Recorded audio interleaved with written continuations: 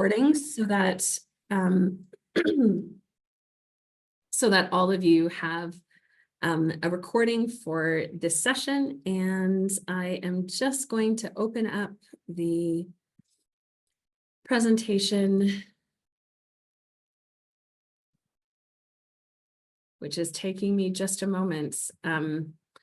Did anyone get to sit in front of something warm this weekend? That was something that I had a lot of delight in, is just wrapping myself up in every sweater that I own and just enjoying reading a book. That seems like that's what snow days are for. Did anyone watch anything on did anyone watch anything on Netflix or on another streaming service? So you shoveled for 8 hours altogether. Chris, I'm going to tell you that kind of shoveling and work happened at my house, but I did not do it. My husband has a John Deere snowblower that we inherited with our home, and he actually spent a lot of hours with that John Deere, but he was helping out neighbors, like you were talking about, Suzanne, like the idea of the people who can't shovel. But did you enjoy a hot chocolate or a good coffee when you came in from shoveling, Andrea and Chris? Yeah.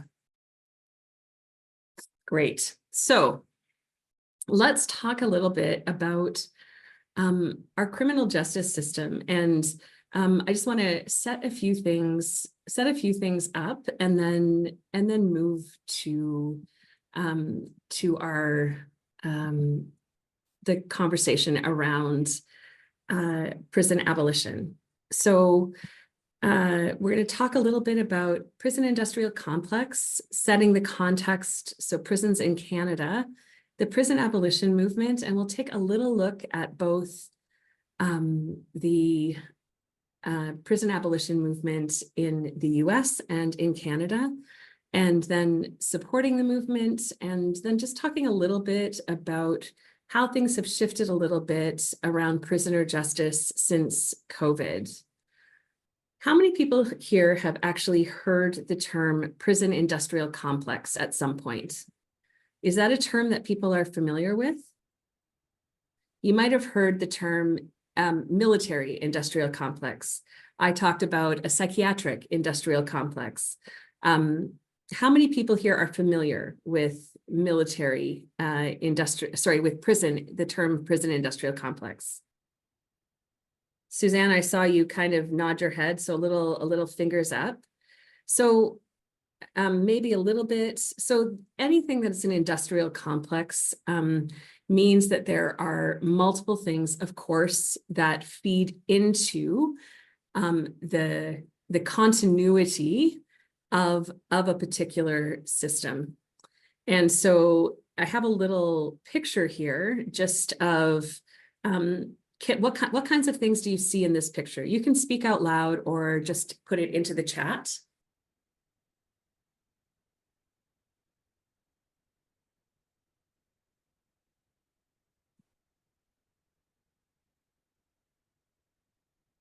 What kinds of relationships do you see in this picture?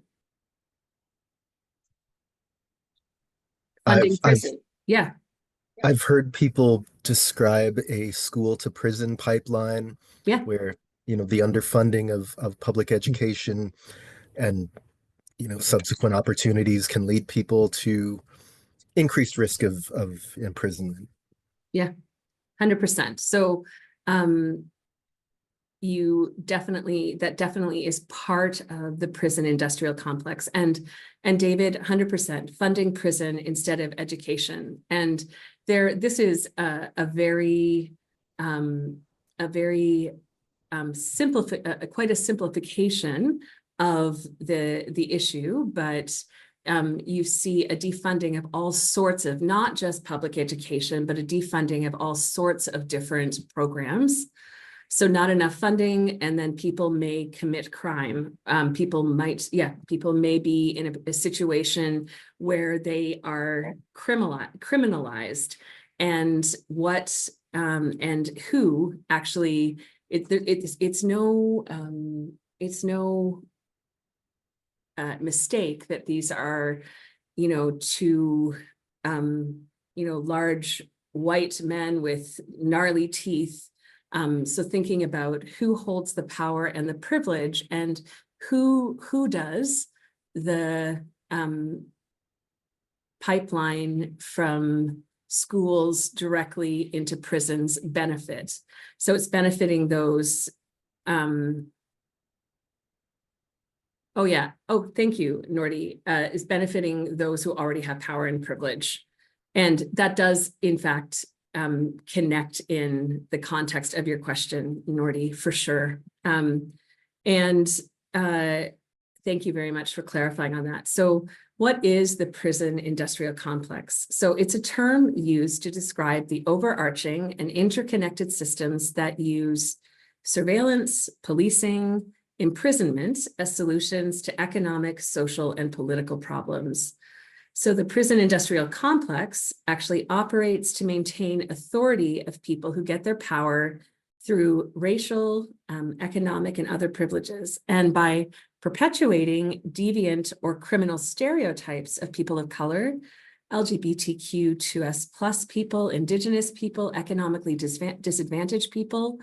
The prison industrial complex both produces and reproduces its control. And this system has actually been created and fine-tuned over many decades.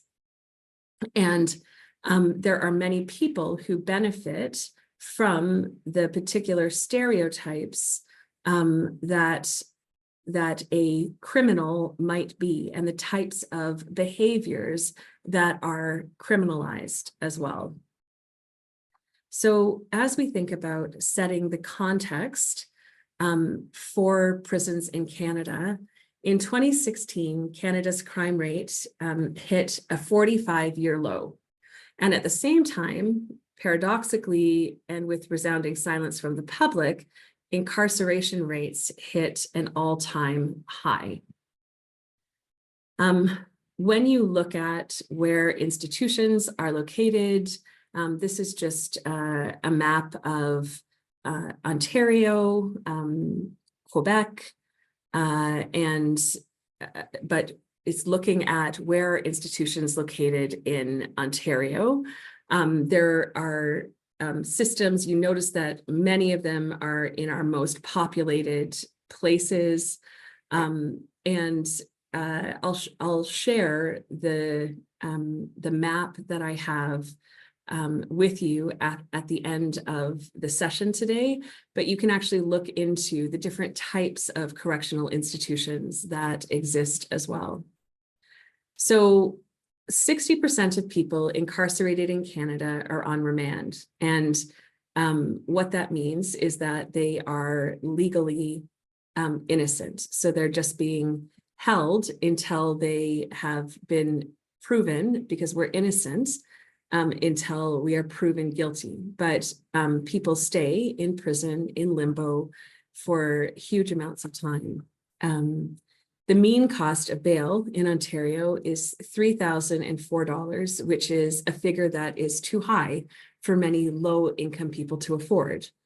And the other thing is that studies show that other variables are controlled for. So Black people are 1.5 times more likely than white people to be detained pre-trial. So this is some of that inherent bias that exists within our system as well. There is systemic discrimination against racialized communities that's reflected in overrepresentation of Black and Indigenous people in the Canadian prison system. So if you look at just this diagram that just shows which percentage of general population is Caucasian and which percentage of the prison system is Caucasian, and then look at huge differences, particularly around Indigenous people, who are a small percentage of the Canadian general population, but make up a huge percentage of the prison population. And And that is in some provinces, that is sometimes 75 or 76% of the prison population is Indigenous. You also see a huge number of Asian, other race, Hispanic, and Black people as well, who are within the prison system, so an overrepresentation. 4% of the Canadian population is identified as Aboriginal or Indigenous, and 23% of federally incarcerated inmates are Indigenous or Aboriginal. The percentage of women in federal prison who are of Indigenous descent is 36%, and the percentage of women in provincial custody who are of Indigenous or Aboriginal descent is 41%. So one of the things that we know as we look at some of the trends within our system of incarceration is that the fastest growing group of incarcerated people, incarcerated population, are actually Indigenous women. Education is a right, and it's something that's in really high demand by prisoners. Prisons are mandated to provide educational programming, and the Correctional Service of Canada spends approximately $2,950 per student per year, almost 4 times less than students spending with the government of Ontario. And so the amount of access that people who are incarcerated have to education is really low. Inmates are paid a daily maximum of $6.90 for working at the institutions they're incarcerated at, and most of that is deducted, and the rest goes towards things like soap, deodorant, stamps, and stationery, which aren't provided while you are incarcerated. In 2015, 2016, there were 1,800 incidents of use of force against inmates in federal institutions, which is a 22% increase from the previous year. And 36% of those incidents involved inmates with a mental health issue. And so we see that connection and that intersection between mental health and incarceration. So we saw that intersection of race and incarceration, and now mental health and incarceration. There are, just in terms of looking at conditions in lockdown or in solitary conditions, which happen when there are incidences of violence, can happen if there's a threat of violence, then inmates lose even more of their human rights. Suicide rates are 7 times higher in prison than in the general population, and 47% of prison suicides actually took place within solitary confinement, and 36% of inmates had been held in segregation for more than 120 days. Canada's prison system has been referred to as the new residential schools. And we saw in an 11-year period at the first part of the 21st century that there was an increase from 37, that there's been an increase of 109% of Indigenous women who are imprisoned. And as we look at that increase over time, that since 2001 all the way up to 2020, there has actually been a 13% increase over the course of those 20 years. One of the things that we look at when we're looking at prisons is a devaluing of humanity. We're seeing critiques like Hewitt White talks about this as being attacks on poor people, on racialized groups, and on anyone who doesn't fit into a mainstream white male paradigm. And we see that individuals who don't fit into that paradigm will be more likely to be marginalized, criminalized, and in prison, either in prisons or other institutions. Some of the things that have led to the decrease in access to education have been mass funding cuts in the 1990s, and the types of education or the types of courses that are offered. So a course in a box, or human relationships as a cornerstone of education, correction versus this idea of an unrelenting punishment. So there's been a shift into the rights that prison authorities feel that inmates should have access to. Incarceration has become a key tool in the consolidation of neoliberal politics and unfettered global capitalism. Prison abolition has been around for many years, and there are prison abolition, like the abolition movement around anti-psychiatry, is at the heart of it is that prisons don't disappear social problems, but they actually disappear human beings. And that homelessness, unemployment, drug addiction, mental illness, and illiteracy are only a few of the problems that actually end up disappearing from public view when the human beings that experience them are actually relegated to cages.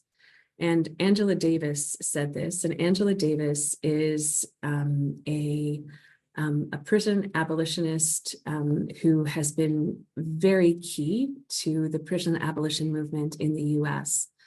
The prison abolition movement is a movement that's actually trying to think beyond prison as a tool to solve society's problems. And prison and penal abolitionists seek to make redundant an institution that most people take as an inevitable feature of human society. So prisons exist, right? They exist for a good purpose, right? Institutions, psychiatry exists. It exists to benefit human beings. So there are all sorts of these assumptions about this idea that these are institutions that most people take as just being normal. The prison abolition movement consists of prisoners and their allies coming together to expose widely held myths, prevent incarceration, reduce the harm to prisoners both inside, and enhance ex-prisoners' capacity to exercise choice on the outside. And it's a perspective that actually includes the belief that imprisonment is morally reprehensible and indefensible and must be abolished. And a belief that reconciliation, not punishment, is a proper response to criminal acts. And it's a movement to articulate and make possible a different reality in which poverty, mental illness, addiction, racism, gender violence are not pathways to prison. Prison abolition principles are a moratorium, so stop building cages, decarceration, which involves finding ways to get people out of prison, and excarceration strategies. So this is the one that's the most transformative for society, and it involves finding ways to divert people away from the prison industrial complex in the first place. Abolitionists that you may be interested in that are Canadian-based prison abolitionists. So Angela Davies, I've already talked to you about, and you saw that quote from her. Peter Collins and L. Jones and Joint Effort. So Joint Effort is on the west coast of Canada, and you'll see that there's actually a podcast and a whole series of podcasts that have come out of joint effort. Peter Collins and Elle Woods are some of the strongest voices in prison abolition in Canada. Elle Woods is very outspoken and is an academic and an activist who does a lot of work, including working with people who are inside and providing them with opportunities to express themselves. So she's held a radio program for the last decade in prisons on the East Coast of Canada. So when we think about this idea of reforming prison versus abolition, which is a question that we've had with a number of different movements, that reforming in prison entails changing its existing practices to make the system a better one, and abolishing the prison entails dismantling it wholesale. Reformers object to how the prison is administered, and abolitionists actually object to the prison's very existence. And I wanted to take a moment to just address Nordy's question, and this is an important thing. So prison abolitionists in Canada don't just focus on women, but there are people and groups of people who choose to address a particular population of people. So you would have some abolitionists who are really looking at women's experiences in prison, but then you will also have a lot of critiques of the over-representation of Indigenous bodies that are represented in the prison system as well. And this is, I think, very strategic when you come to thinking about a particular movement. So if you are concentrating on every aspect of the prison industrial complex, it's really hard to see change happen. However, if you are concentrating, getting traction in a particular area that might be easier to focus on and to get traction in, this can actually have a more dramatic impact in the long run. And this is a question that I think we just had Lorraine join us down here in the corner. Nordy, did that answer your question, or is there something else that you wanted to speak to that? But even in the US, you'll often see prison abolitionists work on a particular campaign that is looking at abolishing one particular part of the prison industrial complex, but the idea of actually being able to abolish it altogether all at once isn't possible. So Nordy, did I address what you were thinking of? All right, are you hearing me clearly? Okay, I'm just checking because I'm on the 7th floor of the OEC building. So there are many ways to flip this particular idea. And as I told you before class, I was thinking about the Swedish approach to their prison system. And they have actually put it into law to remove the ethnicity and race of their prisoners in an effort to reduce discrimination. I put the statistics there for women because like I've seen the society do with a number of other issues, the separation of people seems a bit contradicting when at the same time you're trying to unify people. Prisoners already are at a significant negative, so fighting for any kind of right in prison and then creating separation among yourselves themselves, it seems like it defeats the purpose for me. I am a little bit critical of a lot of the activist movements because, as I also told you, this is very new to me. But I learned a long time ago that many hands make the load lighter. I don't know what the Canadian version of that is, but it simply means that if, unity is strength. So because prisoners are already at such a negative start label perception, I just feel as if if the disenfranchised groups could create activism together, then it might be more impactful. I also took it a step further, as I kind of hinted at, and I spoke to a correctional officer, a family friend, and he was telling me that, truth be told, the system is really faulty. He admitted that it's faulty, and the indigenous people are really and truly overrepresented in the prison system, especially here in Ontario and other provinces as well.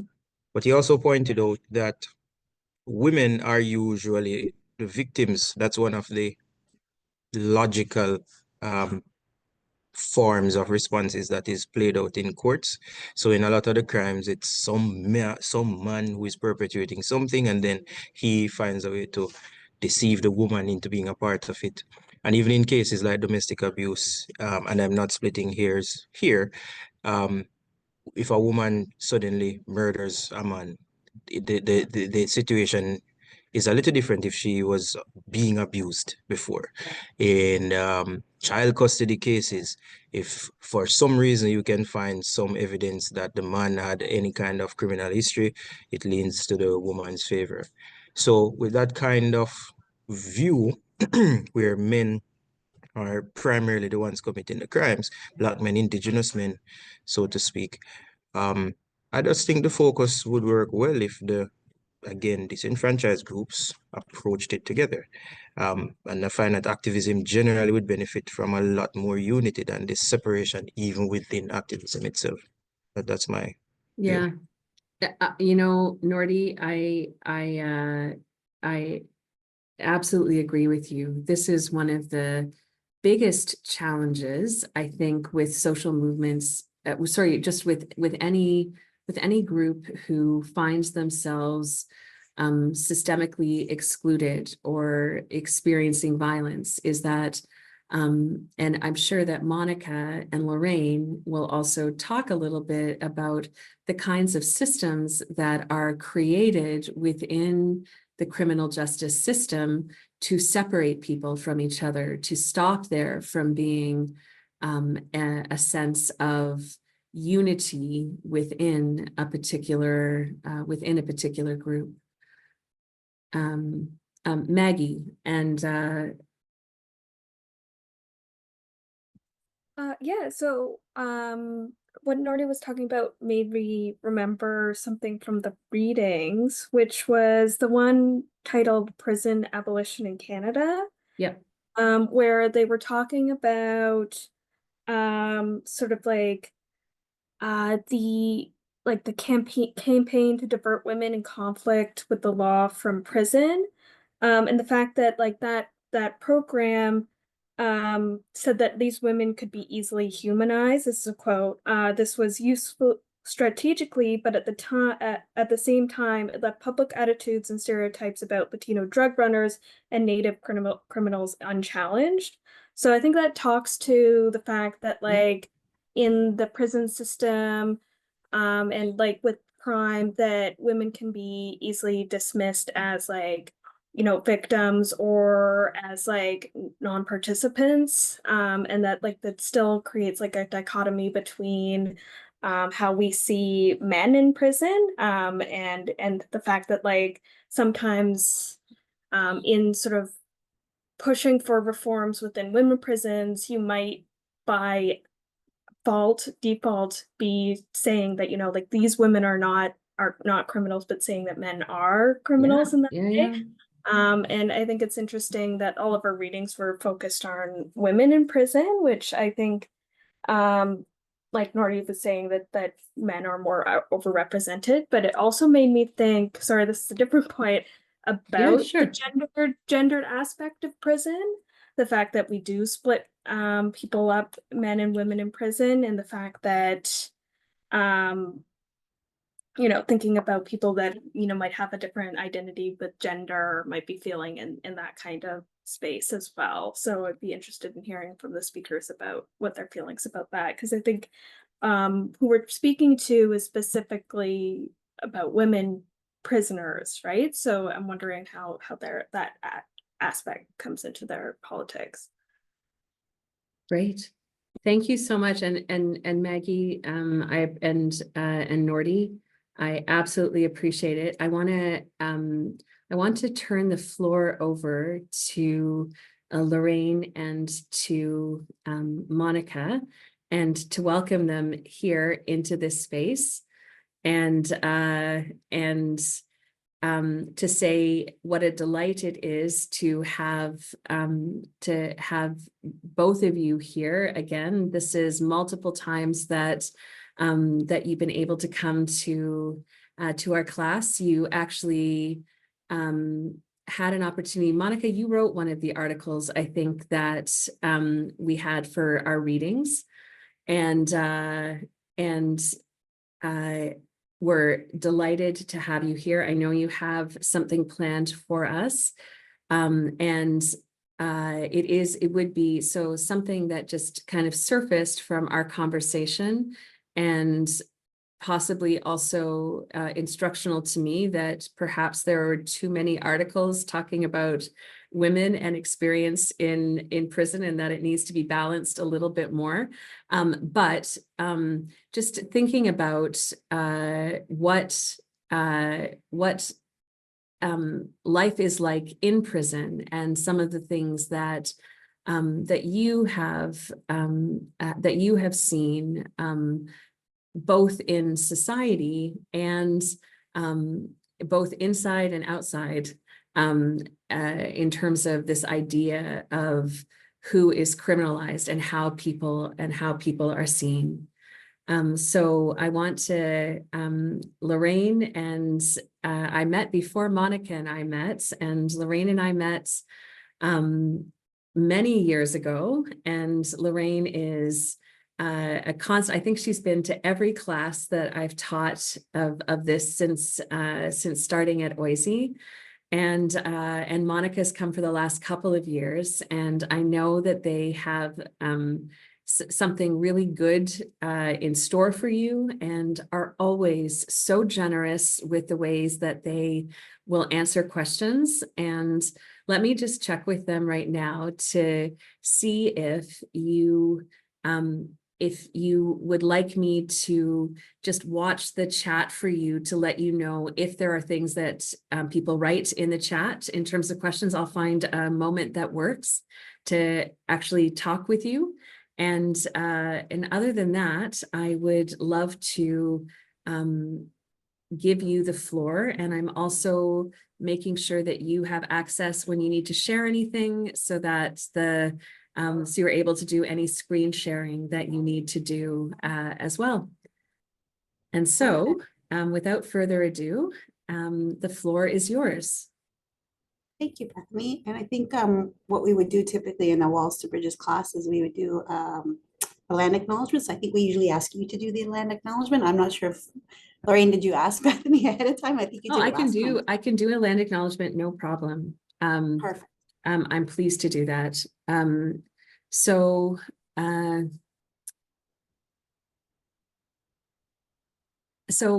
I am so grateful for this land that we all live and that we all work on. I'm thankful for the ways that it provided for my family as they came here seeking freedom and seeking a new life. I feel grieved that in the midst of doing that, they were unaware that they were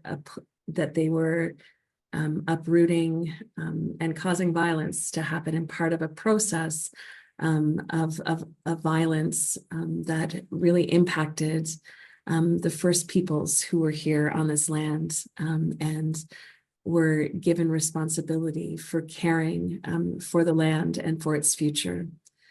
I'm thankful for all the peoples that have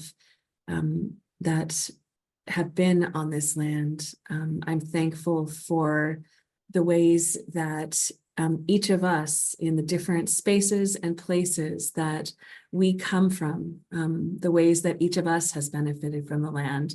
I'm thankful for the opportunity to learn and to grow about in my knowledge of the original people and in knowledge about how to be in relationship with the land.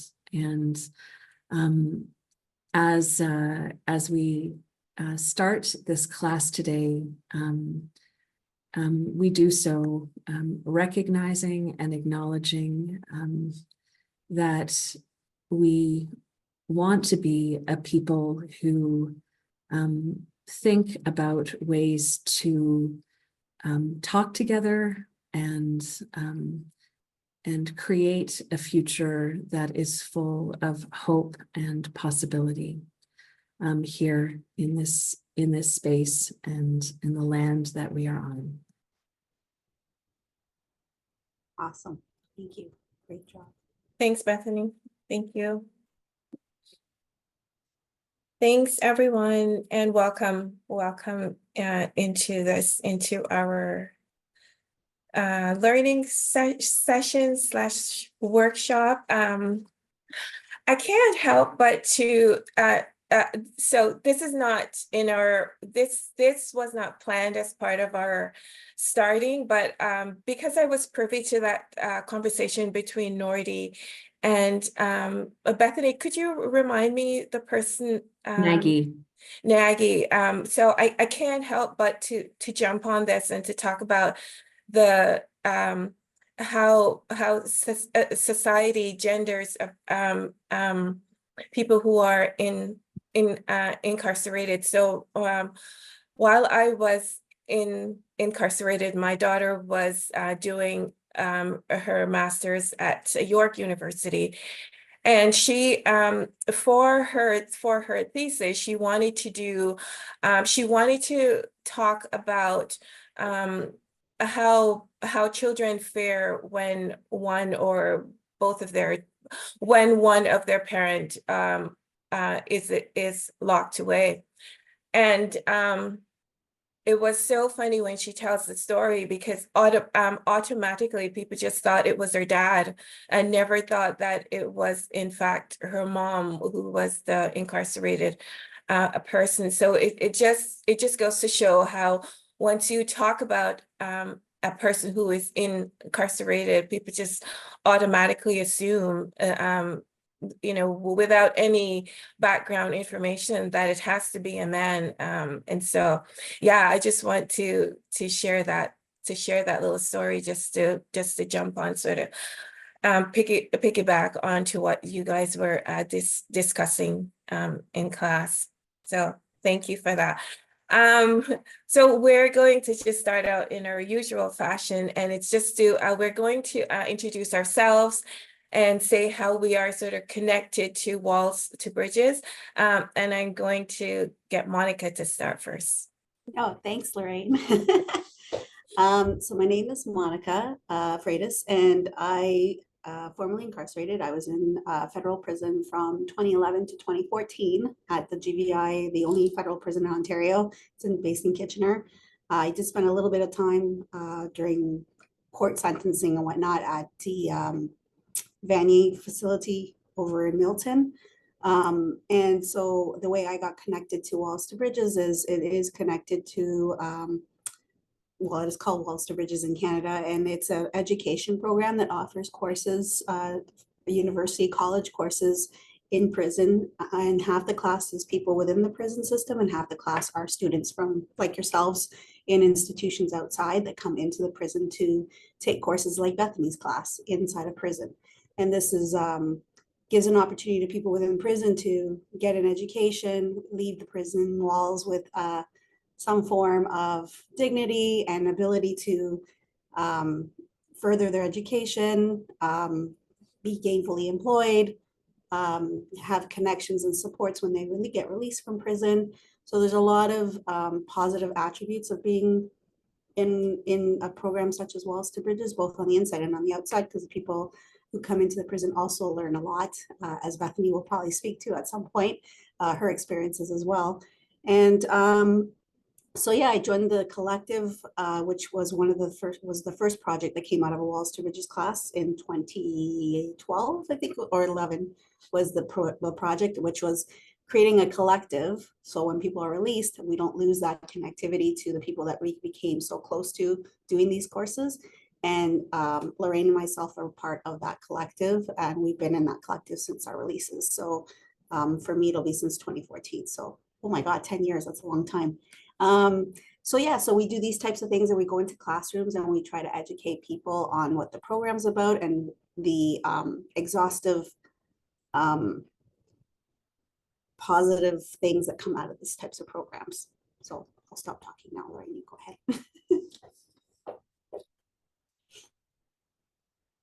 Thanks, Monica. So yes, I'm Lorraine. I was formerly incarcerated at the same prisons for women that Monica was just mentioned, GVI. I was part of the pilot project when the program was brought to Canada. I took the first class here in Canada, and part of our class project. So I'm going to backtrack a little bit. So part of the Walls to Bridges, part of any Walls to Bridges course, the syllabus contains that the students, all the students inside of that course plan a class project together. And so that very class, that very first class, our class project that we created was to build the Walls to Bridges collective. And so now from that, we have now built the program itself has built many different Walls to Bridges as spin-offs in the different sort of places that they're held. There's one in Winnipeg. There is one in Edmonton. They're planning one in Ottawa. So and there was one in BC as well. So all of these. So nationally, there are quite a few Walls to Bridges program, which actually originated from the Walls to Bridges in Ontario. Myself and another colleague, Tina, were the very first people who got released from GVI. And because we were inside the Walls to Bridges and we were attending meeting, when we transitioned outside, we did not have that support. So we sort of felt like a fish out of water. And so the Walls to Bridges Ontario collective stemmed from that, because then we created an outside collective that people who are transitioning from jail or prisons and who has done a Walls to Bridges course could land in the spot. And so hence both spaces are born. So we still have the inside collective, and now we do have the outside collective as well. As Monica mentioned, the Walls to Bridges program is known as being quite unique, as it brings together students from universities and from prisons to study and to learn as equals in a classroom situated inside of the prison. But less known is the way Walls to Bridges embraces arts as a way of teaching, learning, and sharing. And so we're hoping that in this workshop we will sort of showcase some of the theater-based techniques that Walls to Bridges uses to sort of like explore how arts can build communities, provoke social changes, and they actually do this through improvisation, playwriting, and storytelling exercises.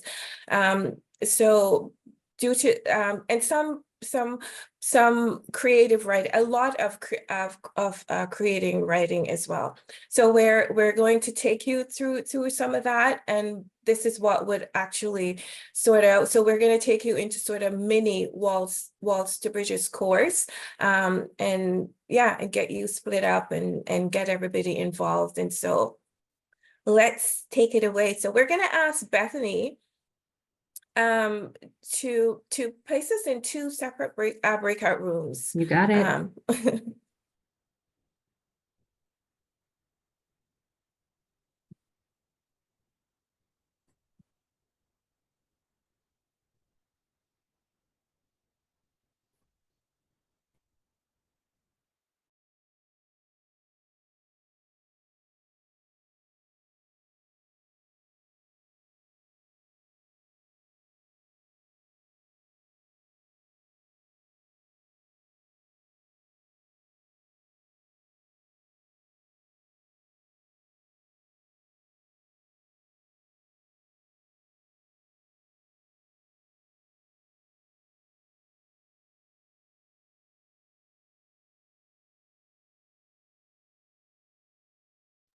Is this our breakout room, I guess, or is this the main Oh, session? no, you have to, sorry, I realized that both you and, We were in the same one. and so I moved you, so you should have gotten a second one. No, it took But- it took me out and then it brought me here. Oh, so move to room. I should be able to move you to, If you could leave us in there till maybe 5 or 6 minutes and then bring us on. okay. I'm wondering why this is not allowing me to move you into, I'm going to join this group, one sec.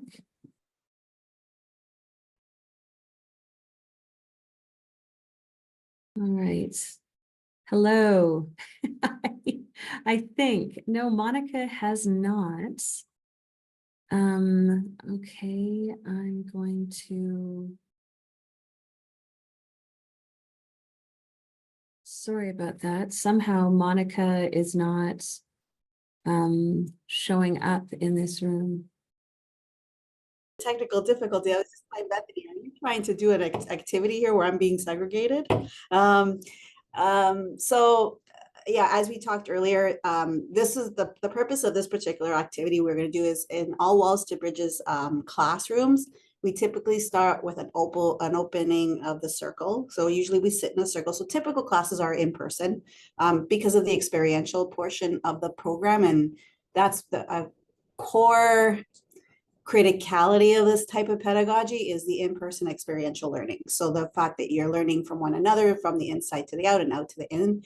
And so we always start with a circle and we usually have some type of activity for the opening of the circle. Sometimes it's like, hey, tell me one word, how you're feeling, just so people kind of, because everyone's coming into the circle with whatever's going on that day and they're walking in. So we're trying to get everyone to kind of cleanse themselves from all that and come into the circle pure and ready to learn and to be present and actively learning and actively listening with one another. So typically we start with a circle and then we do icebreakers, especially at the beginning of the program, because as you can imagine, the amount of anxiety, not only from the inside, but also from the outside, coming into a prison is not the easiest thing to navigate. It's very triggering for a lot of people because of the experiences that they're going through. And then from the inside is obviously anxiety provoking because you're having strangers come in. There's always that, that anxiety and fear that people are coming in judging, or they come in with preconceived notions or ideas of what's going on and what people are like. And so, or that they're not good enough, or that they're not at the same level as the students coming from the outside. So there's all of these emotions that are happening. And so we try to do icebreakers to really start very quickly trying to get people to connect on different levels. And then those types of preconceived anxieties or notions kind of slowly start chipping away, and you really see a transformation between probably class 2 and class 3 because you start seeing that people really starting to connect on different levels. So that's why we do the icebreakers at the beginning. So this particular breakout was to be an icebreaker. We were going to have you each kind of talk to one another. It's a lot more difficult online, but typically we would have had two people sitting alone together, talking to one another, telling each other about themselves, and then kind of come back to the fuller circle. And then you introduce the person that you were talking to, just to kind of capture how actively listening you were, how much you captured from what that person was telling you. And really, it really makes sure that everyone's kind of get to know each other on different levels. So that's what we were going to do. I think because of timing, we probably won't have time now to do it, but typically that's what we would have done in this breakout session, as far as like an icebreaker goes. So I think what we can do, Bethany, is we can go back to the main circle. Okay, well, we are actually in the main circle. Oh, this is the main one. Okay, so let's bring the others back. So I'm gonna just I'm just gonna call all of the others, Perfect. call all of the others back, and so.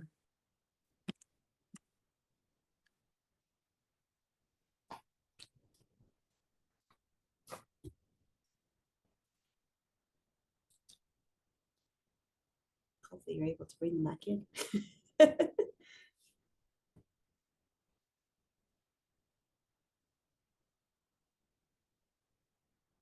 Okay.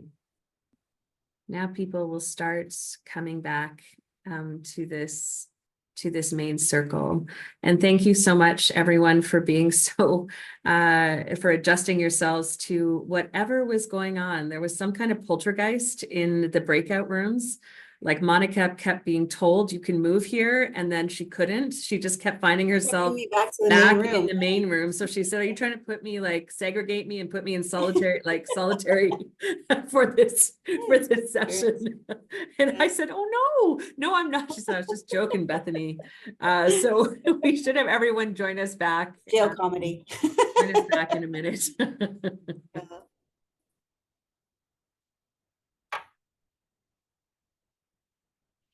I guess if you guys are on the call right now, were you able to go on our website? I don't know how much you know about Walls to Bridges coming into this classroom. Have you heard about it?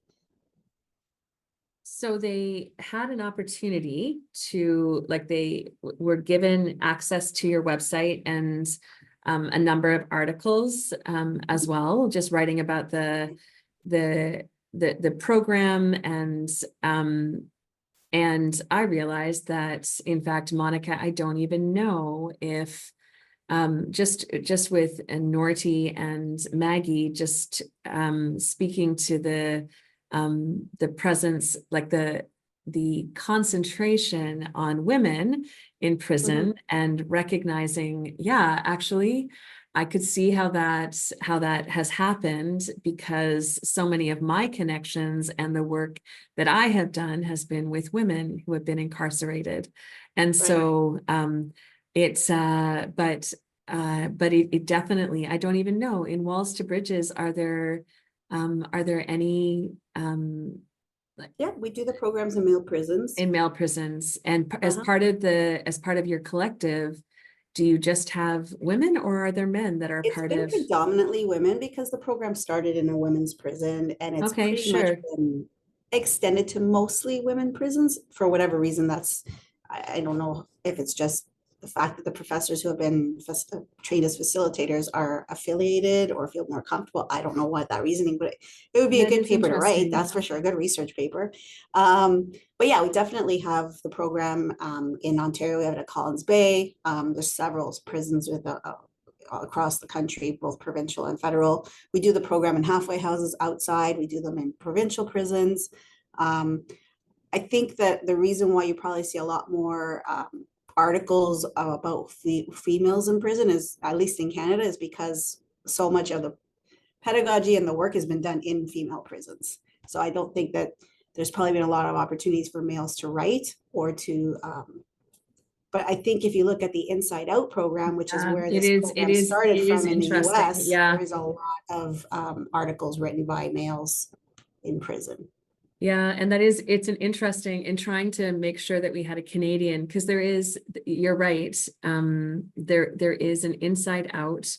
So Walls to Bridges was coming into Canada when I was in grad school, and Simone David. Yeah, so Simone and Shoshana came in and I was Right. part of the initial training through Inside Out. So we had Lori, I forget her last name, but she came from the States to train us on Inside Out pedagogy. And then we all decided out of that training that it probably wasn't what we were comfortable with in Canada. We wanted to change it up a little bit, mainly because in the US, Inside Out, when people take the courses in Inside Out, they don't get college or university credit. So we thought that was not, that's already segregating people. So they're taking equal amount of work and they're not getting credit for it. So we felt that that was important for us in Canada to make sure that people who take courses in prison should get the same credit as a student outside. So that was one of the main drivers of us kind of getting away from the Inside Out pedagogy. The other one that was big for us too is that in Inside Out, once a person graduates and leaves prison, they are not to have contact with anyone outside. So for us, again, main big critical factor of this Inside Out program or the Walls to Bridges program is the connection to community and the connection to supports. It's like Bethany, I mean, the connection you had with Lorraine, that's how we got ourselves into your classroom. We're able to speak to you today, right? So in the Inside Out world, we would not be able to do this because it's because of a absolutely difference not in allowed. criminal justice systems and the rules that exist. Yeah, that's really interesting. Thank you, Monica. Right. Yeah, so that's where we created Walls to Bridges in Canada. But it's basically most of it, the pedagogy is the same basis, but there's just some key things that we were not comfortable with, so we decided to change it on our own. Perfect. Okay, well, the floor is yours again. Those Is of you everybody here now? who were in Everybody's in? Lorraine's group, I think everyone's back. Okay. Those of you who are in Lorraine's group had more FaceTime with Lorraine. Monica and I struggled to get her into group number 1, and we actually had to bring all of the students back into the main room, but we ended up explaining it, but not actually being able to participate in it. But I think we made it work. And so I give the floor back to you. Thanks so much. No problem. So Lorraine, I know we're a little behind. I think you kind of already did the intro, right, to Walls to Bridges. Did you want to say anything more about it, or? Yeah, I just wanted to say, and just because the group that I was in was actually able to go through that icebreaker, I want to say that part of the reason why every single Walls to Bridges class commences with an icebreaker is solely that, to break ice. Because, so for example, in my group, I just heard Nordy said to David, you know, I've seen you in a couple of my classes and I've seen you on screen, but I didn't know that you were a first year PhD student. And it's just for us to get to know each other and to sort of recognize our especially because the Walls to Bridges program is with inside, and inside meaning people who are incarcerated or in some conflicts with the law, because the Walls to Bridges program is also done in community settings. So it's not only in prisons, right? But when it's on the outside, it's always with people who are justice impacted people. And so we refer to these people as inside, and we refer to university students as outside. So because the program is done with both sets of students, it's very important to do icebreakers for people to realize and recognize some similarities. Yes, you may be you may be locked up, and I may be free and going to universities, but look how much things we have in common. Right. So this is some of the reasons why we always start off with icebreakers, just so that we learn more about each other, other than that, oh yeah, we're in the same class and your name is, and sometimes you don't even know people's name. So this is some of the important steps for us to do that. And so, as Monica said, we're sort of running a bit behind, so I'm going to turn it over to Monica now to go about circle pedagogy. Perfect. So we talk about circle pedagogy. I talked a little bit about this with the group I was with.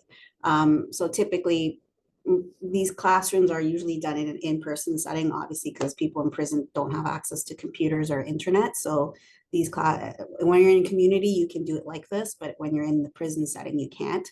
So typically these classes are done in circle pedagogy. We usually start the class with a circle and we end the class with a circle. And the main reason for the circle pedagogy is there's no ending and there's no beginning and no end. There's no head and no tail. Everyone's created equal in the circle. Everyone has an equal opportunity to contribute, listen, not participate. You don't need to participate, but we want everyone to have full access to the whole group without any beginning or end. So that's one of the big things within the Walls to Bridges pedagogy is that we use circle work so that active listening is a very big part of it, and so that people can see each other and really connect with what's being said in the circle. Mhm. Okay, so do you want to go ahead with the activity, Lorraine? Sure. We're going to do an activity and it's called This or That.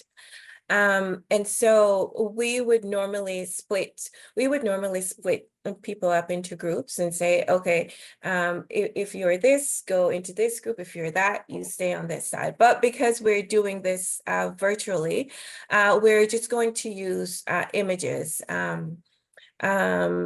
So we're going to have 6 questions. And so we're going to use a thumbs up for option 1. A heart for option 2, or a celebration, you know, that one with the pom-pom and the things coming out of it. I just put an image in the chat. I know it's small, but maybe. Yeah, that's it, Chris, that's it. Yeah. Yes, so that symbol is for on the fence, right? So we're going to deal with we're going to do this. So if you a reminder, so thumbs up for the first one, a heart for the second one, and the celebration for if you're just on the fence. And for some of these, we're going to ask people to sort of feel free to explain why you have chosen what your response is, right? So the first question, so question 1 is we're going to ask, would you prefer a bad haircut or a bad dye job? So option 1 is bad haircut, option 2 is bad dye job, and then you can be on the fence with either one. So if you could just use your symbols and you can let us know which one you want, which one you prefer. We'll give you guys a minute to.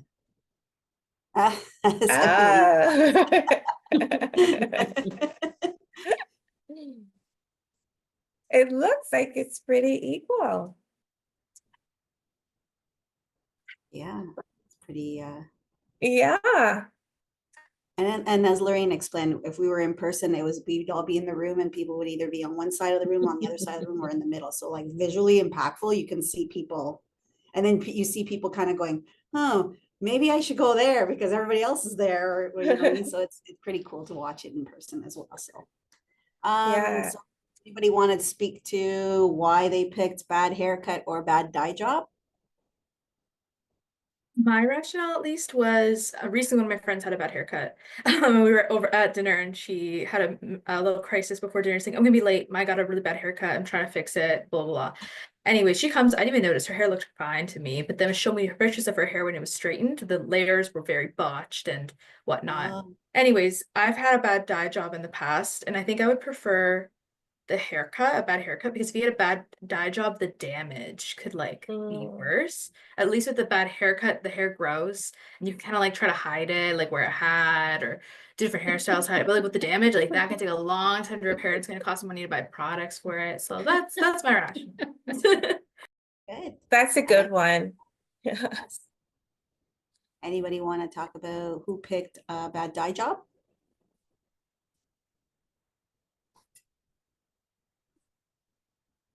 I Don't can fight over it, share. guys. I So, and that's so funny, Juliana, because I picked bad dye job for the same rationale, but like reversed. I was like, oh, like a bad haircut like takes a long time to grow out. And as someone who at one point in my life used to rock the micro bangs, I can speak to that like it can take a long time. But I felt like, and this whatever it is for dye, like I was like, I'll just dye it over again on top, but maybe that's not, on more reflection, that's maybe not the best solution. But that was a tough choice. That was really that was a hard call for me. Some of them are not easy to pick. Is there anybody who sat on the fence? I didn't check to see if anybody sat on the fence. Can't tell. Nordy said, a bad haircut is one bald head or a hat away from being amazing. Easy fix. Good one. You want to do the next question? Okay, yeah, let's go with option 1 being cats, option 2 being dog, or on the fence.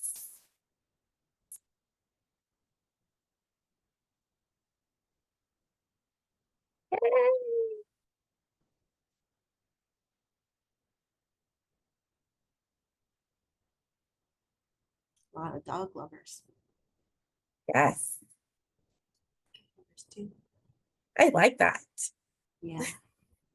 Who wants to talk about being a dog lover?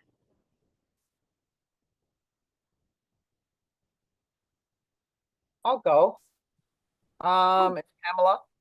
I picked a dog lover because I grew up with dogs. I grew up north, and cats are mostly inside, and we were outside a lot of the time. So I chose the dog because that's where we spent most of the time with our pets, and it was outside. So dog animal or dog lover. Brings Thank good you. memories, it looks like. Yeah.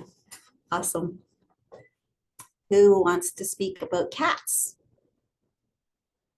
Who are those cat people out there? Honestly, I think I like the chase when it comes to cats. Like I've had 4 in my lifetime, and the fact that I have to earn their affection, I don't know what that says about me, but it keeps me coming back to cats time and time again. They do definitely have a lot of personality, that's for sure. Awesome. Anybody on the fence? Can pick? Maybe this might be the first time I've kind of acknowledged being on the fence, because I've been a dog, like identified as a dog person most of my life. I grew up with dogs, also up north, and so having a dog outside up there is great. They can run around anywhere. I don't know, being in Toronto now for as long as I have, like, dogs just don't have the same life here, and it's hard for me to see that. And cats, I've been coming to like cats more, but I'm also allergic. So I don't know. I'm on the fence. Has anyone seen Nordy's chat Oh, he's comments? a good comedian. Cats make it too obvious that they own you, LOL. You walk around with all this evidence of fur wherever you go. Dogs all the way. I hate that we have no choice but to love cats. You see a stranger with a cat and you have to smile. Dogs make us work for that love. Very well said. True. Awesome. Okay. Next one. So question 3, for option 1, ocean, or option 2, mountains.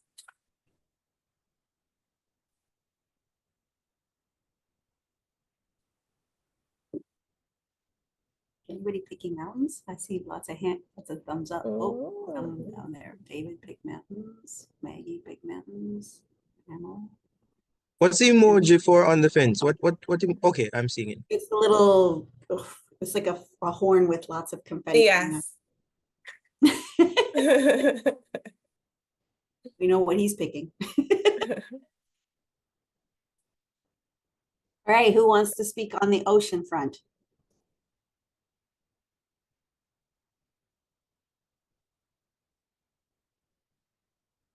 His lakes.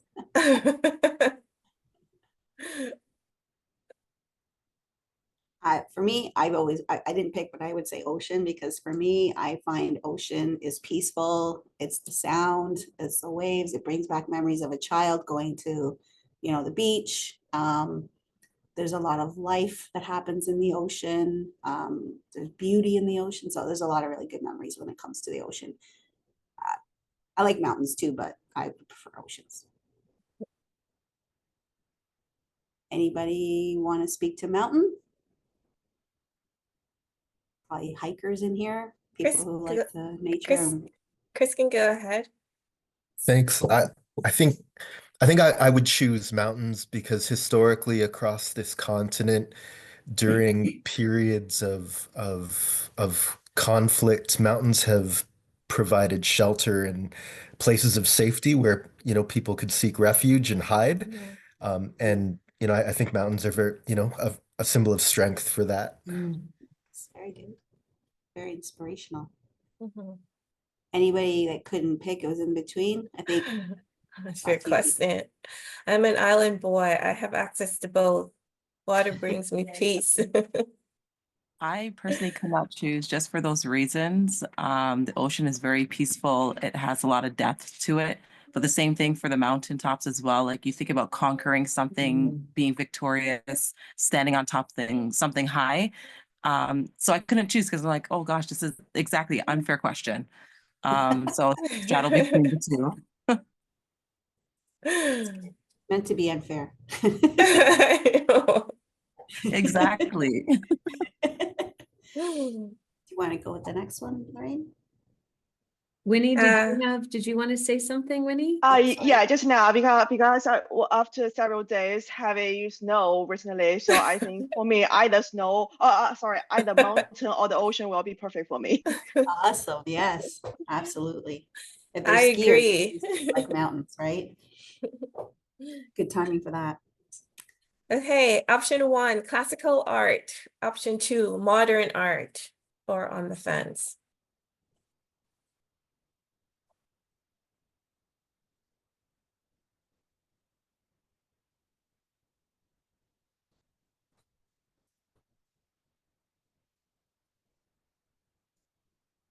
All right, who wants to speak to the classical art?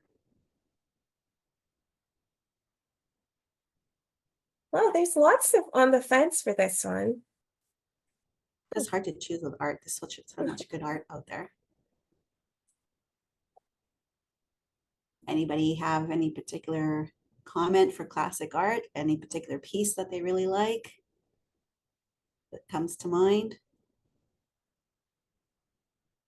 I love Van Gogh. I think Van Gogh is like, love it. I would say that this was a difficult one for me because I think that I identify with something that makes me feel something, whether it's like love, peace, anger, so it could be modern or it could be classic. So I love the light in some classic work. So the Dutch artists and the way that light shines out, but there are some fantastic modern artists that really resound with me. So I was on the fence, but I could have answered either. Yeah, I agree. Anybody else want to speak to that, Paul?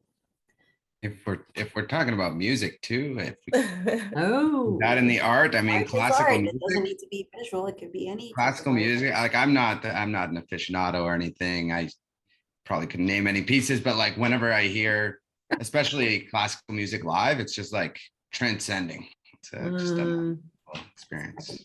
Orchestra for sure. Suzanne. Yeah, I hadn't even thought about bringing music into it. That's an interesting other layer. But I think also, I like the progression of classical art into modern art. So for me, the building blocks, sometimes when you go to an exhibit and they have the little headphones or whatever that you can wear and learn about it, I like to see some of those influences and how things have come along. And so I think it's just impossible to choose one versus the other because I think it's a continuum, right? Absolutely. You want to do the last one, Maureen? So we have, so it's the second to last one. It says freedom for option 1 or hope for option 2.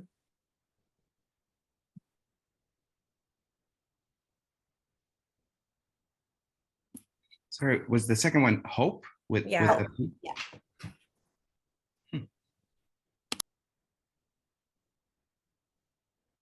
So it's freedom or hope.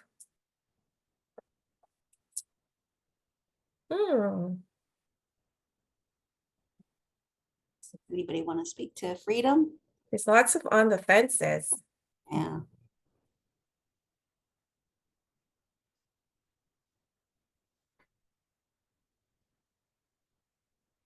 Anybody want to speak to hope? Or even on the fence? This is a pretty deep one, so I'd love to hear people's perception on freedom and hope, especially the class we're in today, and our topic that we're discussing today.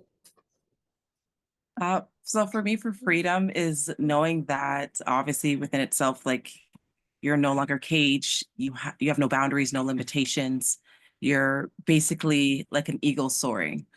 However, I think about hope, it sets in a sense of limitations, like you're still like hoping for something, you're wishing for something, you're having faith in something. So that means there's a limitations on something that hasn't come to fruition yet. So I prefer to be free than to still have hope for something because I'm still praying for it to come or wishing for it to come to pass. So I'd rather be free if that is the scenario in a sense. Sure. I think Chris had his hand up as well. Sure, go ahead, Chris. I couldn't have said it any better. You know, I'm done. I think I'm done with, you know, I'm a very hopeful person. I think I'm done with hope at this point. Hoping. No. I'm done with hoping for improvements. See, I think with hope, oh, sorry, go ahead, Isaac. You can go ahead. Yeah, I selected hope. I think maybe my thinking behind it is that like hope can exist with or without freedom, like and it's something that that can be beneficial with or without freedom. I mean, I generally am I would say a hopeful person or I don't even know if it's hope, but like just like a trust in difference, like that difference will like changes will happen, and we can try to make it as best as we can. So that's kind of I think I have that hopeful foundation in me. Yeah, I think about while I was in prison, lacking, you know, the freedom that most people would have. Hope is what kept me going. Hope is what made me fight those fights and go try to, you know, advocate and lobby. And so for me, hope is so integral to change. I think a lot of times people have freedom and don't realize what it's like to not to have it. So it's just, you know, something that people take for granted, right? So I think hope is what drives change, and it drives people to just become better in whatever aspect that hope they're putting their hope into. So I'm kind of like on the fence. I think you need both, but definitely hope is a big one for me. So You know, go ahead. Sorry. I can go.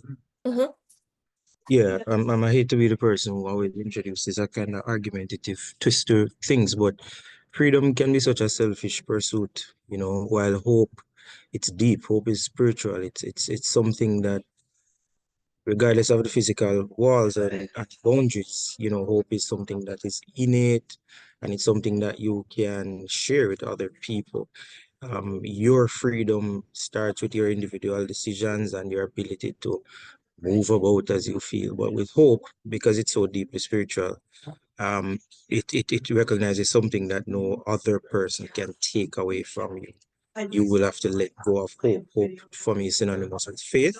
And so if you maintain hope, you know, you are creating a spiritual and a mental environment where you can then act from that feeling and that positive attitude towards your life and the life of others, to create the situation that that can keep you moving, that can keep you grounded, that can keep you, you know, as a positive light and energy for those around.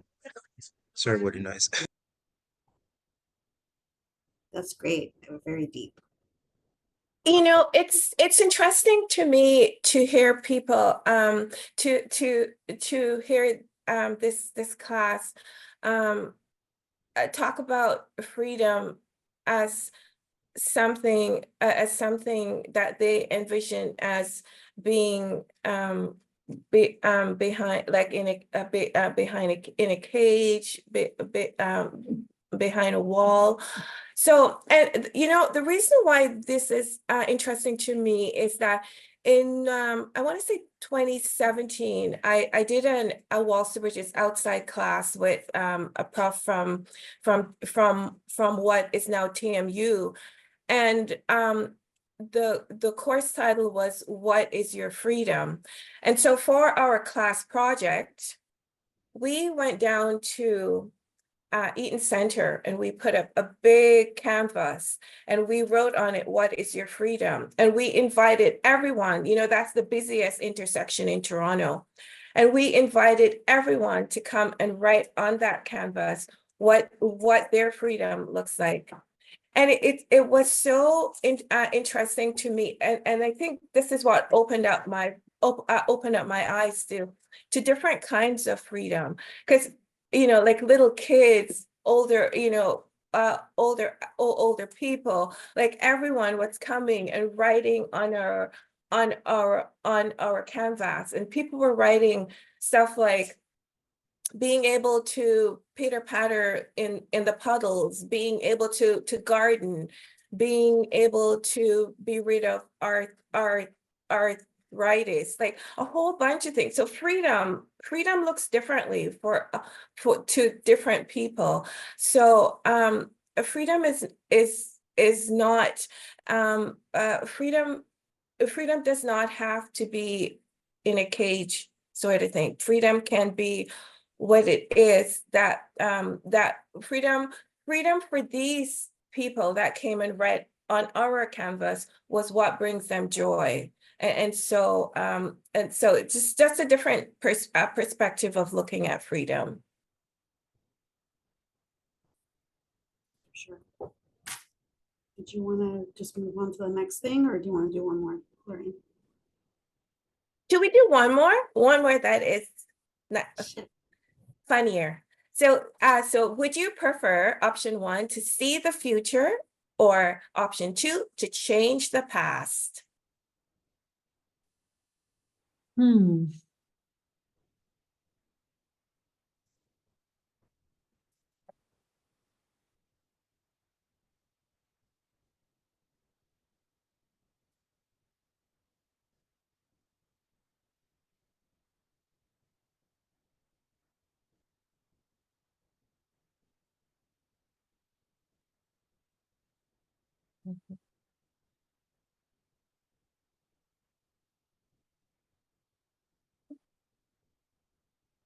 Okay, and we can probably get maybe 2 or 3 people to explain, if you feel like it, why you chose what you chose.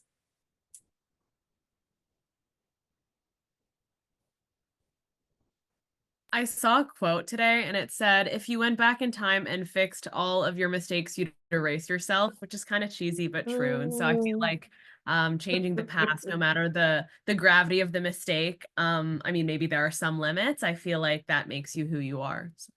I like that. Yes, thanks.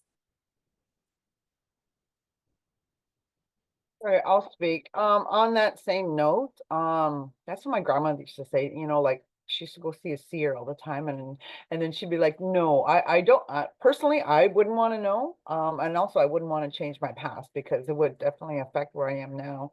And that's where that hope comes in, because inherently hope is, I was born with it as an Indigenous woman too, but that freedom is more important to me because it's been taken in so many different ways. But hope to me is always inherent and inside, and it's what drives everything for me. So yeah, definitely I'm on the fence on that one. Thanks. Okay.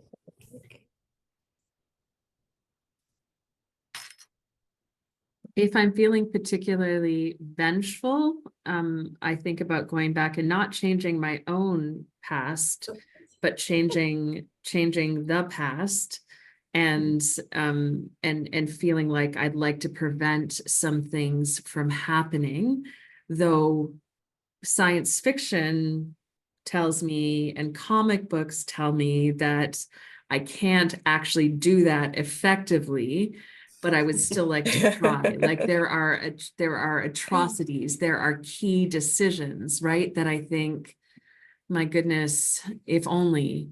So that is why I think about the past, and hopefully, Chris, I can identify with you as well with that idea of how easy it is to lose hope as well. And like, I feel like sometimes that living between the past and the future make me feel like, not, if I'm always vacillating between those two, then it's hard to keep hope. So that I would say that being present and being in the present, and trying to stay here and recognize everything that's happening in the here and now, that is the best way for me to hold on to hope. Yeah, like, but it's like, these are such good questions, by the way. Yeah, deep, and sometimes it's, yeah. I think Thank someone, you. I thought I saw someone with their hand up. Lost her. She's not I on my think screen. Suzanne did. Oh, that. yeah, Suzanne Yeah, had it her was, hand I'm up. okay though. I'm okay. I'm good to move You on. good? Okay. Is she? Okay. Thank you, everyone. Thank you for participating so wholly with your whole self. Thank you. So we're going to move on into now an art activity. So Monica is going to, Monica, could you please Oh, you pull want me to do this up? one? Okay. Yeah, Monica is going to pull up our PowerPoint Artwork? Okay, let me see. presentation artwork. And so as I mentioned before, that we do a lot of activities that are centered around experiential learning.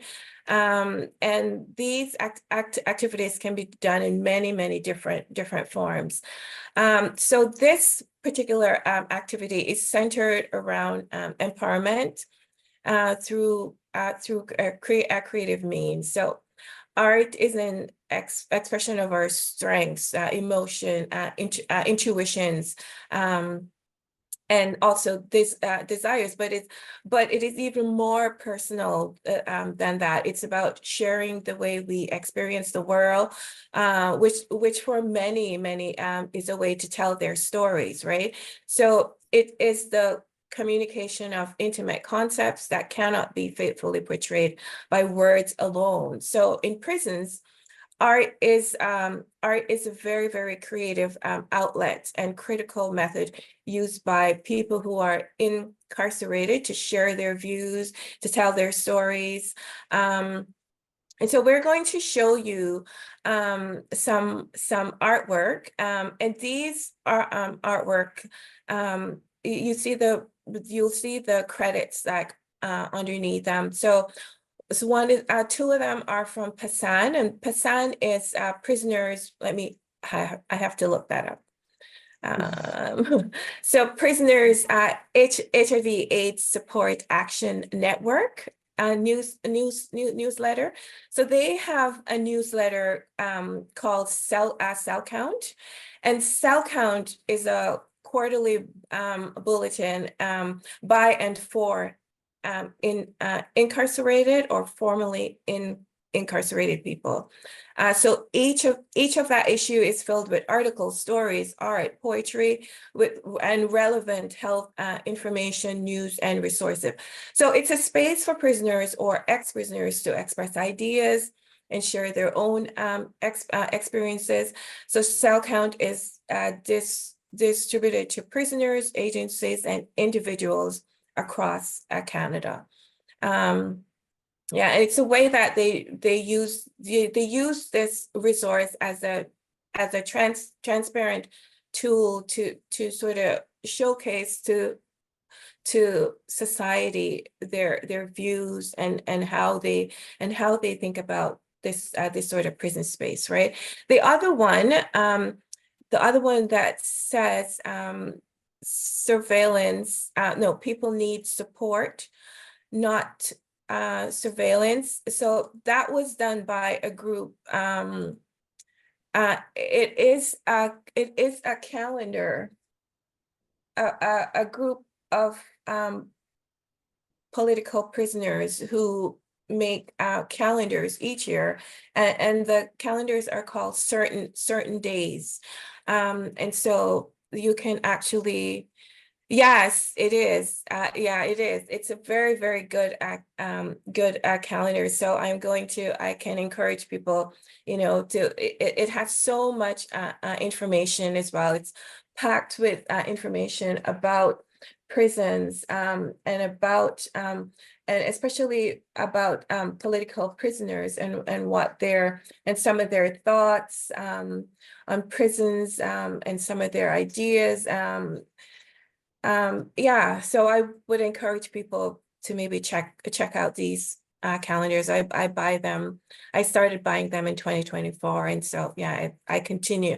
My hope is to continue purchasing them, and all of this fund is actually used for political prisoners inside as well. So we're going to give you 5 minutes to carefully review each image and ask you to think about what messaging are you getting from the art pieces? How do you relate to these pieces? And what emotions are you feeling? Is it telling you a story? And I'm going to put this in the chat. I'm going to put these questions in the chat and just give people 5 minutes to sort out.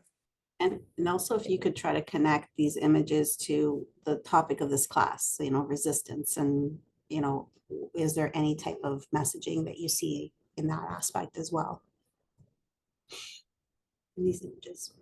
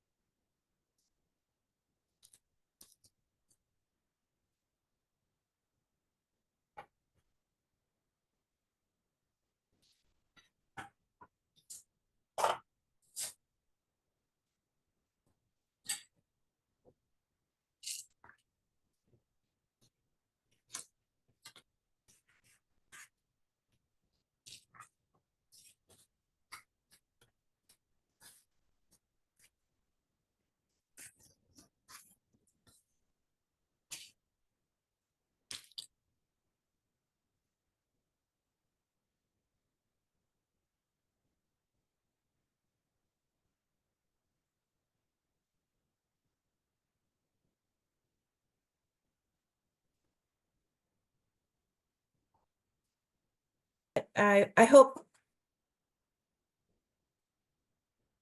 I'm hoping that everyone is finished. Do people need a little bit more time to finish up, or?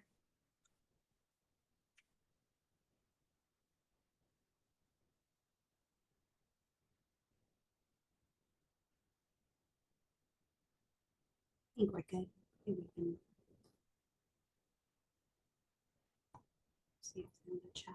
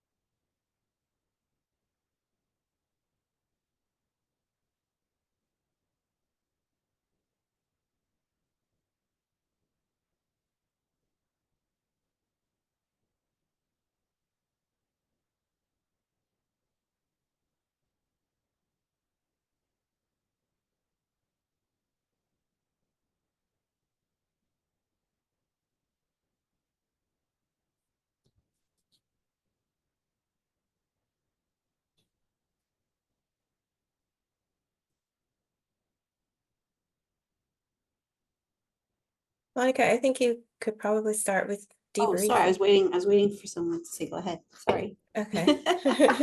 All right. So, typically, again, in this, if it's an in-person class, we would typically, depending on the size of the class, we would either have people in smaller groups, either we do them in triads or 2 people, or maybe groups of 4, depending again on the size of the class. And it would be a much more intimate way of sharing. And you could get into a lot more discussion. And then we'd normally then all come back to a larger circle and then share as a group kind of what we all felt and so forth. So because we're online and we're going to have a big giant circle here, it'll just be an opportunity for us to do it in a circle format. Again, there's no pressure for anyone to speak if you're not comfortable to speak or share. But we encourage it because this is how we learn from each other, and this is how we share experiences and what we're feeling. And it's an opportunity to learn from one another, from experiences that we're going to bring into our discussion. So yeah, in this case, we would like to open up the circle and have people share their thoughts based on the questions that Lorraine posted. How do you answering the questions, but also how do you tie this into, what you guys have been studying and learning in the course? How do you connect that, these pieces of artwork, which all have very different types of messaging, at least from my perspective. How do you connect that? So we'll open it up. Anyone, you can put your hand up or you can speak, whatever you feel comfortable doing. It's circles open, whoever would like to speak. I'd love to start with the first photo on the far left. I think it was a pretty embodied experience, I suppose, as art is supposed to be. It's supposed to incite some sort of emotion and feeling. And this piece definitely reminded me of 3 specific other, I guess, like poems, art pieces, which I'd love to share. The first one, just the imagery with the bird and the cages. I know why the caged bird sings. Maya Angelou, overcoming systemic oppression, prejudice within those kinds of bounds. It also reminded me of the Emily Dickinson poem, Hope is the Thing with Feathers, which I learned about in junior high. But kind of on the same topic that we discussed before, hope versus freedom. It also reminded me of a short poem by someone named Marwan Mahoul. He's an artist and poet who focuses a lot on Palestinian resistance. And it's very short. It goes, in order for me to write poetry that's not political, I must listen to the birds, and in order to hear the birds, the warplanes must be silent. So I think it's important, I guess, contextualizing all of this, that we see a beautiful bird, a hummingbird, and these flowers providing it nourishment. That's the hope that you need, but that at the same time, it's still within these confines, or there's somebody, our viewer, who is not being centered. We are the viewer, is still in the cage. So yeah, those were my thoughts. Thank you. That's awesome, Jasmine. Yeah. I like that. I like that you tie them different sort of readings and poetry. Thanks. Yeah, thank you. Anybody else like to share?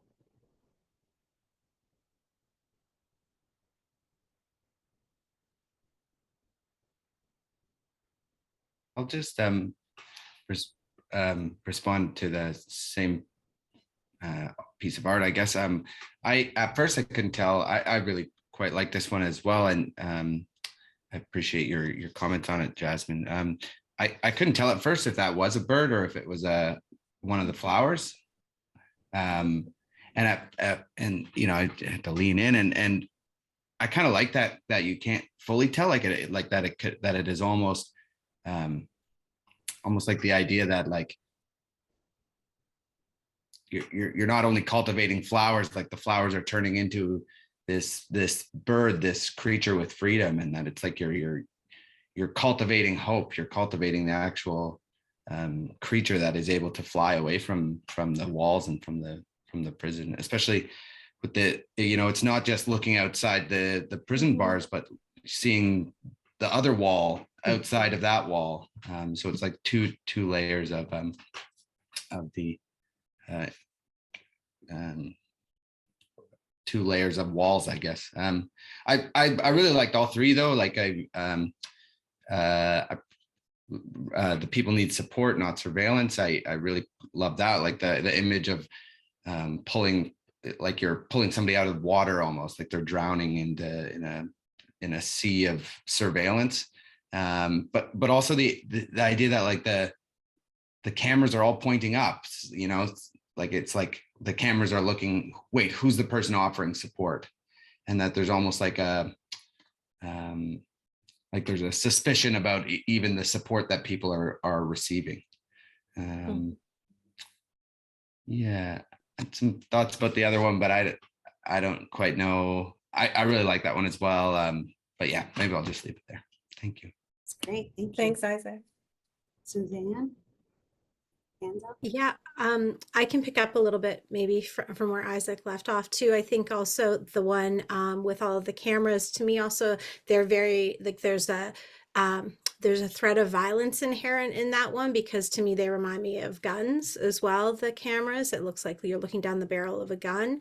And to me, I think all three of the pieces embody an element of hope, and the hope that I see in the final piece on the far right that has that duality is that sometimes the hope and the resistance is in the emotion and is in the healing of that and the sort of acknowledging, and is in the discomfort, I think. And I really liked that one, and that the idea of like there's sort of that religious, not sort of, there is the religious symmetry, imagery there of like the zipper and the cross being the thing that's sort of holding those two sides of the person together, but also like there's like the layers, right? I'm still wanting to peel that one back and see what else is under there, like beyond the oppression that's obviously stripped away a lot of that person's personhood, and then also the emotion and the hope and everything, but sort of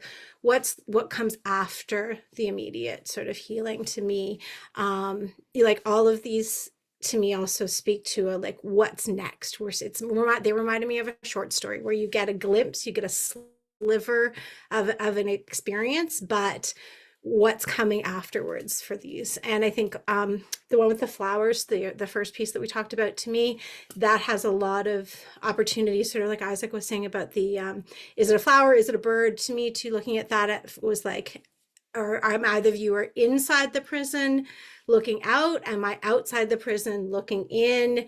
It also plays with that nature of sort of who is free? Are we as free as we think we are, kind of thing?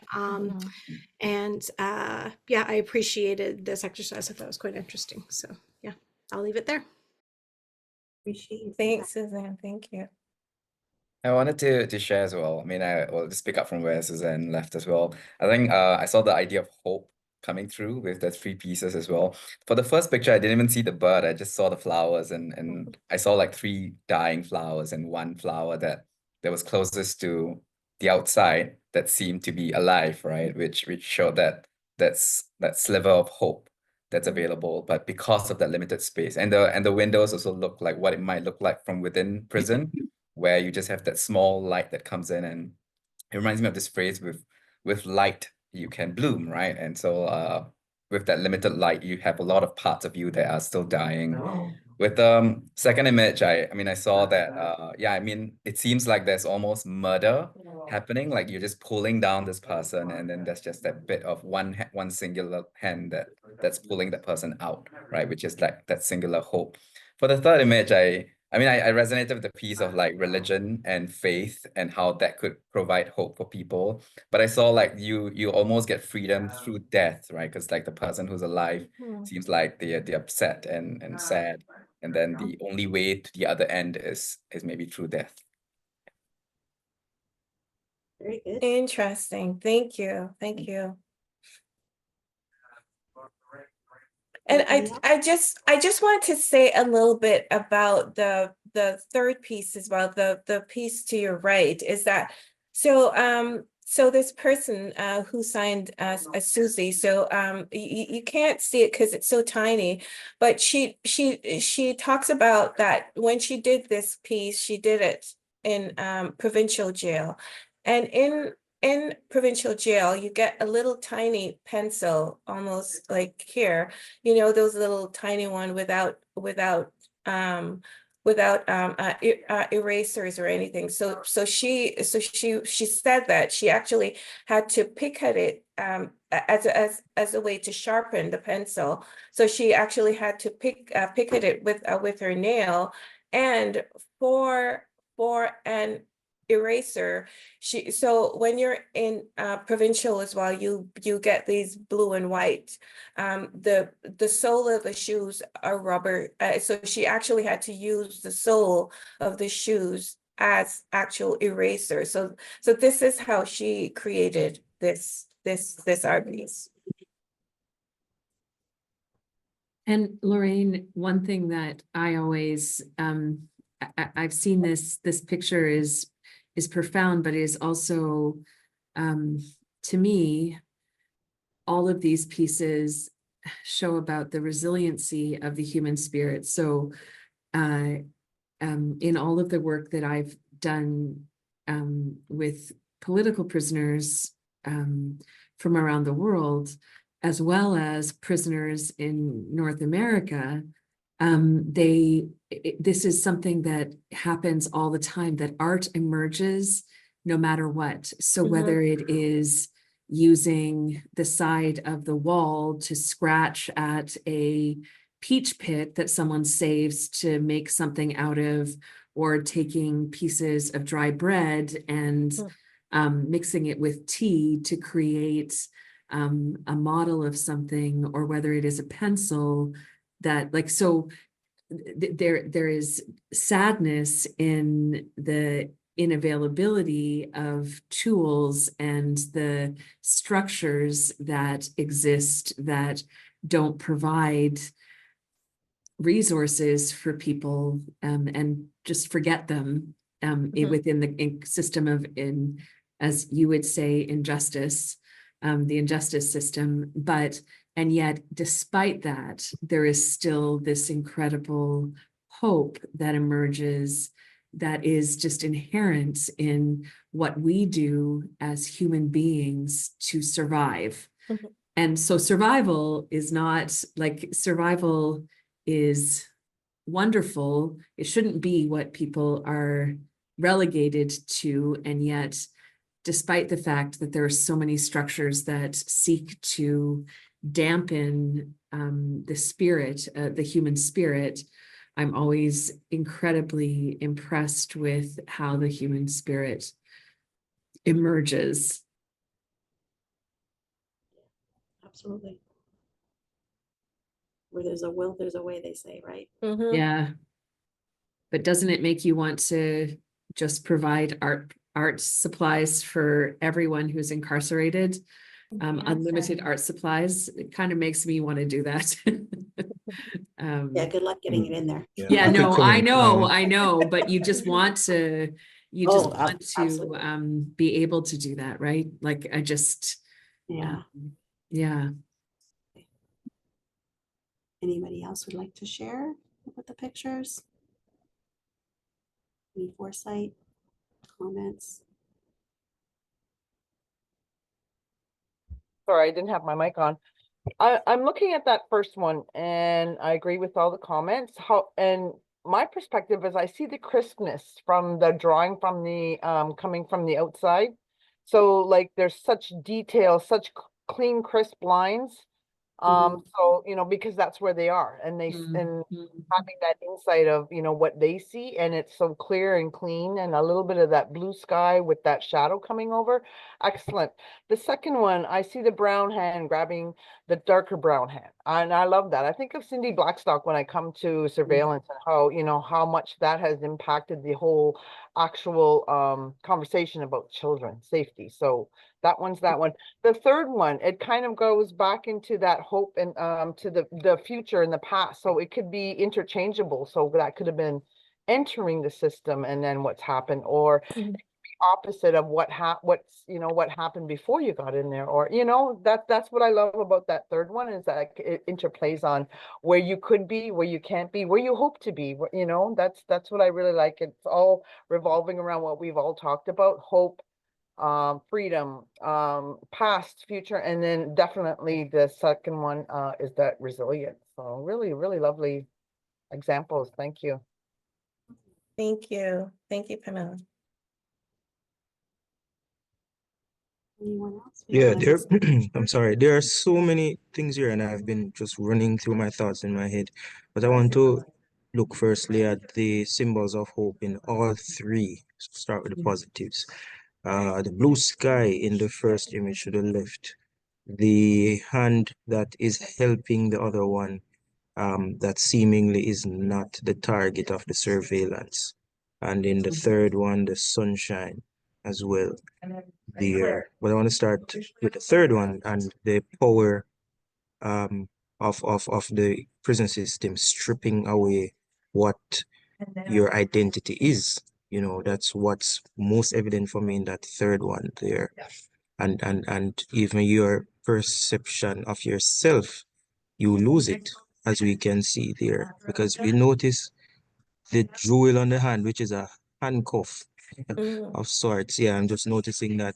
And I zoomed in and read the comment, and it shocked me, you know, because the not even access to the resources to essentially express yourself becomes something else. And the image of the of death outside the guardrails also suggests the position of the system there, but she seems to be holding on to some kind of religion inside, as symbolized by the little cross there. I don't know if anybody noticed the cross there functioning as a zipper, opening a kind of realm. So there's still some hope there, even amid the tears and the pain that we see there. She's still a beautiful person, as you see on the contrasting image there. And her perception is still there, but it's very difficult to hold on to it. Based on the image that she has to face each day in the prison system. All right. So I just want to reiterate the symbols of hope, and I'm happy that people can find hope in those situations. So it's a great reminder for us as well to look at the positives regardless. It's great. Great observations. They're very insightful group. Thanks, Noidi. Yeah, I like this. I like that people are actually thinking about these art. Thank you. I don't want to miss anyone. Anybody else like to share?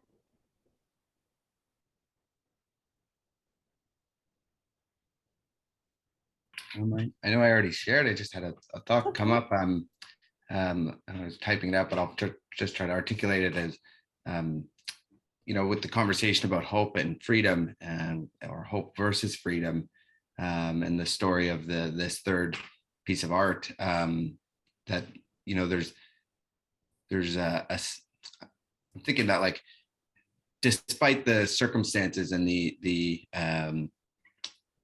limitations on people's freedom, there is still that kind of persistence to express one's freedom through art and through creation. I mean, that this artist had the experience of having to whittle down the pencil or use a shoe as an eraser, that like despite the incredible limitations, there was a freedom to express that she found and that she accessed within those circumstances. And I think art and creation is such a major part of that. Impactful, definitely. Thank you. The one thing I also noticed about the first picture with the bird is the fact that the art creator used color for the flower, for the bird, and the sky. And to me, like, that's hope in the color. And then the rest of it is kind of like dark, grays, lack of color. And so to me, that's the hope, is the color. That's showing, that there is always some color in our lives, regardless of wherever we are. We can always see something where gives us that glimmer of hope. And in this case, I mean, for me, it would have been the flowers and the bird and the sky, kind of that symbolism of resistance as well, right? Resisting wherever we are, there's always that hope that we can overcome whatever situations we're in or whatever's holding us prisoner, whether it's our own minds, it's our physical space, or whatever it may be. I mean, there's people that are in prison that lack freedom, but believe me, there's people on the outside that I've met that are far worse off freedom-wise than people on the inside. So that's kind of what I got from that picture as well. Anybody else want to share? I don't want to cut anybody off. I want to make sure everybody has the opportunity to share and safe space to share. Now we can move on to the next thing. You want to move on to the next thing, Lorraine, and I can stop sharing, or? Yeah, if we could stop sharing, then we're going to move on to, we're going to open the discussion up to Q&A. So if anyone has any questions for Monica and myself, please feel free to ask whatever. If you are curious about anything on the inside, if about any of our experiences, please feel free to go ahead and ask your questions.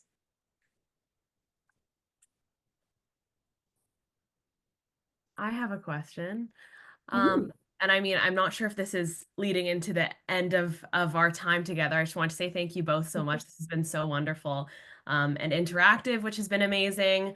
I want to say that I was really happy to see that, the two representatives of this organization talking to us are both like formerly incarcerated women. I think that's really important in the breath of nothing about us without us, right? I think that's necessary. With that said, though, I'm wondering what your perspective is on the role of allies in a movement like this, and how do you, I suppose, approach that as somebody who maybe has not had that experience, but wants to support and be a part of the movement? Thank you. For me, I would say there's a couple of things. So the first one would be, for me, education trumps everything. So ignorance, it gets trumped by education, right? So I think a lot of, at least for me personally, what I've experienced from when I was incarcerated up until now, till today, is ignorance, right? So people lack knowledge, people lack understanding. People have preconceived ideas or judgments about people. Hey, I may have been one of those people before I got incarcerated, because I probably had. And then as I walked through those doors and, meeting the people that I've met inside, I mean, there's brilliant people that are in there for reasons of political reasons. They're in there for religious reasons. And I can only speak to the female experience. And I kind of came in part of your talk in the beginning when we talked about gender. Yes, there's a lack of written Canadian written articles from males in prisons and their experience, but I can also tell you from a female experience, being an older person, a mother, going through the court system, they use my gender to sentence me, to tell me I lacked integrity as a mother. So a lot of the female kind of labeling that gets used, and the guilt and also the fact that, I know Lorraine brought up how people automatically thought it was her father, her daughter's father, that was in prison.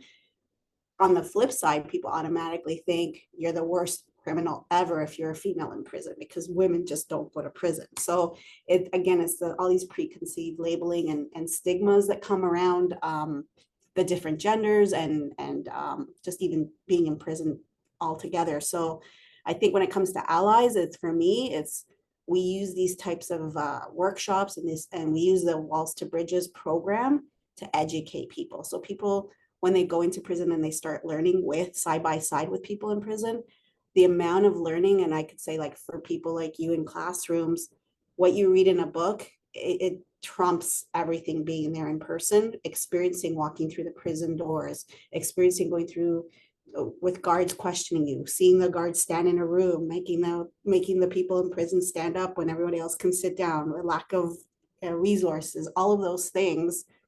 Really, that experience, there's nothing that can replace that. And even just listening to stories and sharing, and so that experiential learning, and that's where the allyship would come in place, is just really going through those experiences, understanding people's journeys, and then just really spreading the truths that go on in this environment, and how we can mitigate, through transformative justice, through other means, except, abolishing prisons, because really prison is not the answer to societal issues. It's deeper than that. So it's just really understanding, just like starting from, from the youth up, like, just, that's where the allyship would be for me. And Lorraine, you wanna? No, I think you covered it for the most part. One of the things that I have to say that that we tend to be very careful about, though, is that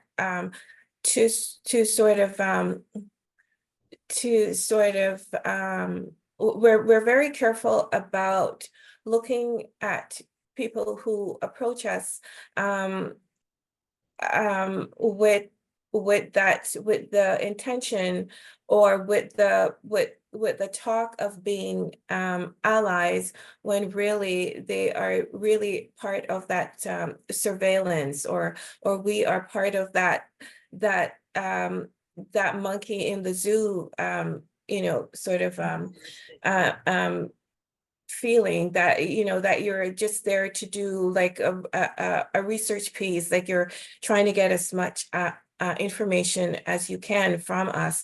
And so we're very careful about that. And so if sometimes we appear, if we meet strangers and we appear hyper vigilant, it's because we have been through these sort of experiences before, and so we're now guarded against harms, that can be caused to us. So these are some of the sort of principles that we sort of use, and to weed out people that are not there for good reasons.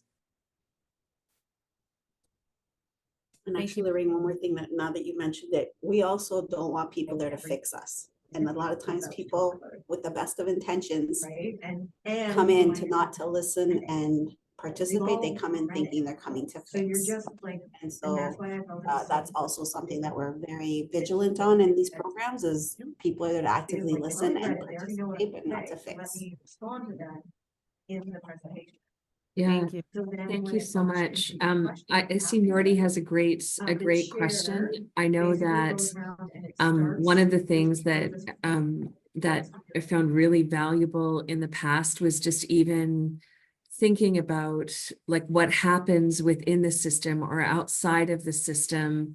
And I love this question, Nordy, and I wish that any one of us could answer this question definitively. It would be wonderful to think about how do you reduce the overrepresentation of of different groups, so racialized, of Indigenous, Black, women, and LGBTQ plus mental health, people struggling with mental health, all of those different pieces. So I would love to, both Monica and Lorraine, I know that you have lots to speak to in terms of what happens within a prison system and that perpetuation of the cycle, and how do you break that cycle? Yeah, I think we I like the question as well. I don't have a definitive answer to that, Nordy. But my first take is for people to stop, to actually try to stop believing the fear mongering that are spread throughout media, mostly talking about all of these monsters that are in prisons. There are, I would say there are, for the most part, especially in female prisons, also in the men jail, people are there for for lack of a better word, people are locked up because they are poor. So it's a crime on poverty, really. People are locked up because they're stealing to support their kids, they're stealing to support their family. They are so most of the crimes within a female prison, and I can speak on that because we were in a female prison, is not, and please believe that I'm not comparing crimes, because a crime is a crime, but most of these crimes are not because we have murdered anyone, but because we were trying to actually trying to support our family. And so when you think about the transformative justice practices, so and I say transformative justice, I know in my group there was maybe it was Jasmine, that her focus was on restorative justice. But I want to say that the reason why transformative justice goes a bit further than RJ is because even though RJ tends to want to resolve issues and bring the person back to where they were, TJ goes a bit further in that it looks at the structural systems that made the person do what they did in the first place, and try to better those systems, right? So for example, if somebody went to Metro and stole a steak, wherein RJ would mean that you would go back to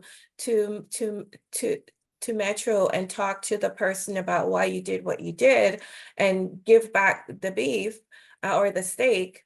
TJ would mean that yes, you would go to Metro and give back the steak, but you would also build a system where this person would no longer feel the need to be stealing to support themselves or their family, right? And so to answer your question, Nordy, I think that if we start to think about transformative justice instead of the regimented punitive system, then I think that we can start going somewhere with this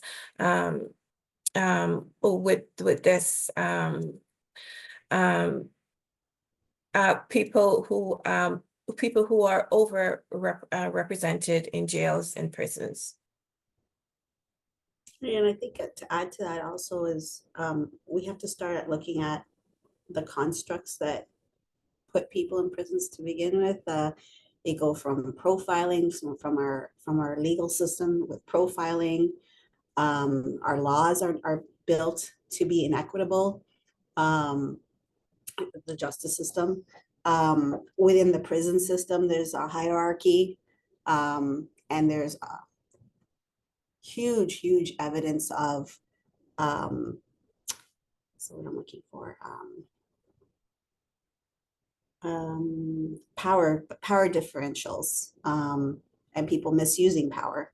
And so it's basically the inside of a prison is a microcosm of society. You have different groups, you have different levels within the prison of, hierarchies, both within the employees as well as the prisoners in the prison. So it's just the microcosm of what's on the outside. It's not any different. The same issues inside happen on the outside and vice versa. So I think a lot of it, there is no one answer to your question, your question, Ernie. I think it's a huge issue that I think many people know is there, but a lot of people tend to sweep it under the rug and try to ignore it. But I mean, for me, it's just there's so many different systems that are broken that are that way because it keeps prisons operating, it keeps the police system operating, the justice system operating. And so you have a lot of youth that get profiled based on their race, their color, and they just don't have that chance. And then it just becomes a vicious circle and there's no way to get out of that circle. So that's where Lorraine's talking about transformative justice, which is really getting to the root cause and understanding the root cause of why people are in prisons or in prison systems, in the system itself. So Right. a lot of work to Thank be you for done. your responses. I asked a lot of questions in class, but this one has been largely personal, I'll admit it. As an immigrant, first generation, Black, currently unemployed person, even at the top university in a developed country, I'm scared. And I say that with no kind of filter or whatever. I'm scared because when I read the Cardoza article, for example, and recognize that the system can admit that the instruments are flawed, but they are doing very little about it, I'm essentially searching for tips to avoid becoming a part of the system because I can't explain it totally, but if I visit the US, I don't drive there because of the simple fear that I don't want to run into a white officer. I was stopped the other day by a TTC officer in the Union Station because he wanted to know why I was using a discounted card, which is something a student or a member of the elderly community should use. And my first question to him was whether or not I could not be a student. I guess maybe because he saw the gray hairs. But yeah, there's that reality that someone like myself, you can be highly educated, but you're profiled. And I thought about myself in the Cardoso article because I'm saying if I end up in jail now, even for something minor, if they should profile me just with those basic things, he's first generation, he grew up with a single mom, he's currently unemployed, he's an immigrant, he's Black, I probably would fit right into that You'd be stereotype, like the and poster then child. I'd Yes, lose everything definitely. else. So I was really asking for some serious tips there. And I know some of the answers. We need great representation in terms of the professions that work in the justice system. We need more Blacks, Indigenous, or women, LGBTQ people to be the lawyers. We need representation at higher levels. In the judge, one of the suggestions in that article was for the Indigenous to even ensure that they have representation at the higher levels, like the judges, etc. And without those major components changing, I don't know if this will change anytime soon. So no apologies to my classmate, but that question was really personal because that's the reality. When I moved to Canada, I was telling Professor Osborne as well that, I'm from a culture where we talk a lot. We say hi to everybody. But hearing very quickly that I could be charged for assault if I compliment someone and they don't like it here, I shut up, stop doing it.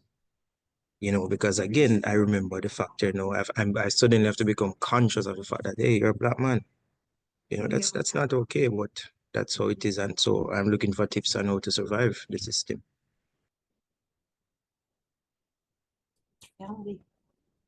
Yeah, that is very, very sad to hear, but it is our reality, right?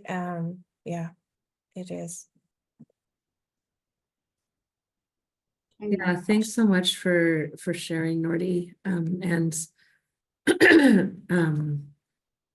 yeah, it's you're right that change needs to happen on so many different levels. And change seems to happen very slowly.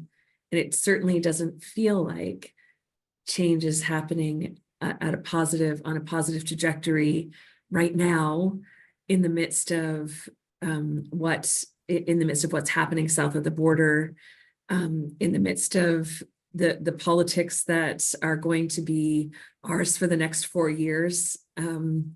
All of those things are different depending on the body that you are in, and what that how that impacts how you are interpreted by the society as well. Thank you, Nordy. Kiana.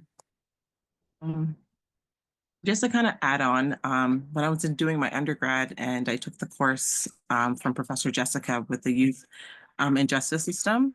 And just the stats were very overwhelming to see how many youth have been incarcerated that just didn't have proper representation to show up at court and to just really fight for their behalfs. And because of that lack of representation, they were basically convicted without even a proper trial or due processing. And it ruined their lives. Just going to jail and, for something that they could have just walked away with probation or just even volunteer service, they were whisked away for like 5 years. And just to see how the system had treated them even afterwards, it was just like they didn't know how to start again. They didn't know how to reintegrate back into society. I used to work at Salvation Army at Cuthbert House in Brampton. Sorry. And it was just very alarming to see how many, honestly, to say it sadly, the young Black boys that were racialized, profiled, to be incarcerated. It was just really high in the Indigenous community as well. The stats were very high for them, and it kept growing over the years. Jessica was showing us, and I was like, wow, so where do we start? How do we, if we see the numbers, like the numbers are facts, how do we now address this? How do we approach this? I know the States, we have a lot of riots and, protests and so forth, but it's just like here in Canada, I was just like, this is crazy. How come no one's doing anything? Or if not, how come it's not being changed? If the stats are showing what it's showing. So that's just my concern with everything. Yeah, thanks, Kiana. Lorraine and Monica, really easy questions to answer. She says with a smile in her face, knowing that none of these questions are easy to answer. But where do you find hope? Wow, that's a deep question. I find hope in the little things that I take for granted. I used to take for granted. So I take my health, I take my family, I take every day as a sign of hope. And I utilize every moment I can to try to either educate someone or make something better, even if it's small. So that's where I find hope. Thank you, Monica. And Lorraine, Lorraine has an incredible story. The thing that I think about when I think about Lorraine's story, and I know only pieces of it, but one of the things that you shared, Lorraine, in the past was how much you experienced very direct racism, but the hopeful piece about your story was actually that there were in the midst of that, there was someone who actually made an incredible difference in your life. Yeah, Did you there want was to a did you want to say saver. anything about that story? There was a saver. I found a saver unknowingly. So the story that Bethany talks about, I'm hoping that it will be very short. I will make sure it's very short.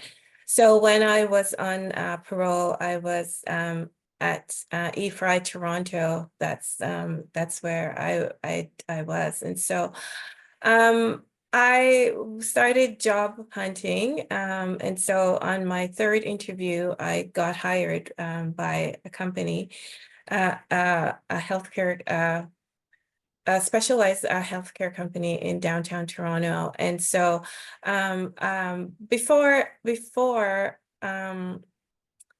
when I first got released and went into EFRI, I was the poster child for EFRI. I was so friendly and so rule following, rule abided, and all of this. But nothing changed. The only thing that changed was that after I got hired, they called me in and they gave me my employment letter, and just because I was on parole, it was mandated that I share any sort of employment that I had. So I was so happy because I'm telling you, when I saw the employment letter and the lady that offered me the position, and she said, "Oh, and the salary is so and so. Is that okay?" I tell you, when I looked, my mouth almost fell to the floor, but I just had to put on this sort of face that, oh, I'm used to getting that amount, no worries. And anyways, I took it to the halfway house. I took the letter and I showed people. I showed the people in the office just for them to take a photocopy and put it on my file. And that changed everything at EFRI, because it turns out the amount that I was getting for my pay was going to be more than what most of the people there were actually earning. And so they were like, no, you can't take this job. You have to say you can't take it. And what did you do to get the job? You probably did some fraudulent deed in order to get the job. And we have to talk to your boss to let her know all your crimes, so you can't be in this job. And so they spoke to my boss, and she said, "Well, I think this person deserves a chance." Yes, yes, she did say, yes, I know that she has a criminal record, but yeah, but what are second chances for? And then they got the parole officer involved, and then she started calling my boss daily and saying, "No, you can't hire her." And it was so bad. It was so bad that these people started making little digs at me. Like if I did anything, it was like, "Oh, because you're getting paid more than we are, you think that you're better than us." And it was, their attitude just deteriorated so quickly, so bad, that what ends up happening is that they sent me back to GVI because they said irreconcilable differences, that I wasn't basically, it means that I wasn't quitting my job, and so they sent me back because I wasn't obeying. So luckily for me, I had 3 months until my warrant expiry date, which is called WED. And so in 3 months, I would be out without having to go back to the halfway house. And so it turns out that my boss, being the angel person that she is, she actually kept my job and hired a temp. And as soon as I got out, she put me right back into the position. And so it's just the way how the system, it's just built to tear you down, and to take everything away from you. Even though they, you know, they try to say, oh no, we're there to rehabilitate people and make them, you know, the best that they can be when they leave jail. It's not so. Because even though they said that you have to be employed, I think they have a certain standards for what you need to be employed in. And so that is my story, that it was just such a horrible experience. Yes, that's it. Yeah, sorry if it was I hope I didn't, what I appreciate so much, Lorraine, is that one person in the midst of a really terrible system, one person had the capacity to provide hope for you. Like without that person being willing to keep that job. And what I learned from that is how important it is to be an ally and an accomplice, and recognizing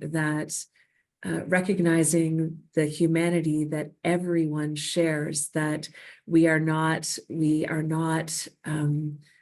one act, we are not one decision that we made in our lives, that might have gotten us into a place where we find ourselves all of a sudden completely isolated and trapped in a system, but that recognizing that about others around us, and that they might, that can actually be transformative.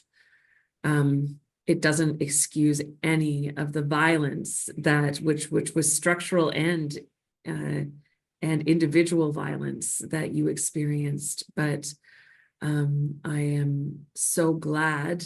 I would, if I ever met that boss, Lorraine, I would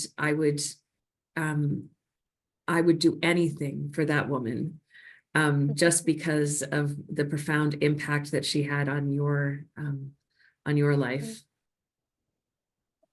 Yeah.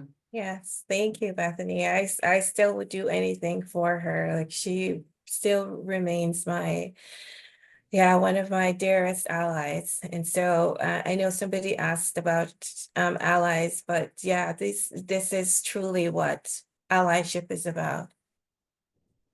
Yeah. Thank you. Are there any more questions that people have?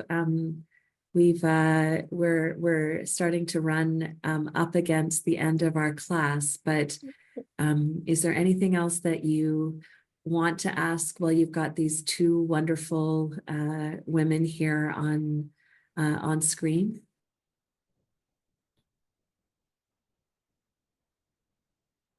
Yeah, Isaac. This is maybe a more specific question about the programs outside of prison, the Walls to Bridges programs. Are those for people that have participated in the program already within a prison, and then they can join outside, or are those available for people to join if they have experience with the justice system, but haven't? Oh my gosh, my phone's talking to me. Sorry. I guess one of the reasons I'm asking, I work at a drop-in center, and often we'll have people who have interactions with the justice system. Might say more often people that are kind of in and out of jail, rather than long stays in prison. I mean, there are people that have that experience that as well. But whether, I guess I'm asking if the Walls to Bridges programs are available for people with those types of experiences, and if not, are there other programs that people are able to access?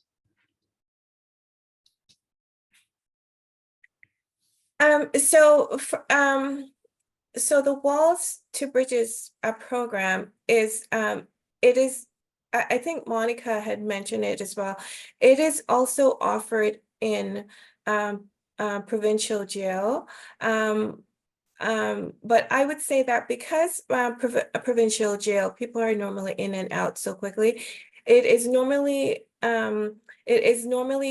people who are sentenced, because they do have a part in the provincial jail for sentenced people. So sometimes they get preference over the people who are just going in and out for court, on bail, all of those. So, but the program itself on the outside or on the inside, so anyone can, you can apply to be part of the program inside if it's offered at your jail or at your prison, and outside as well.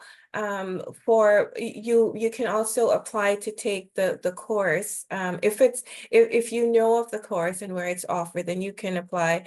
You can write in.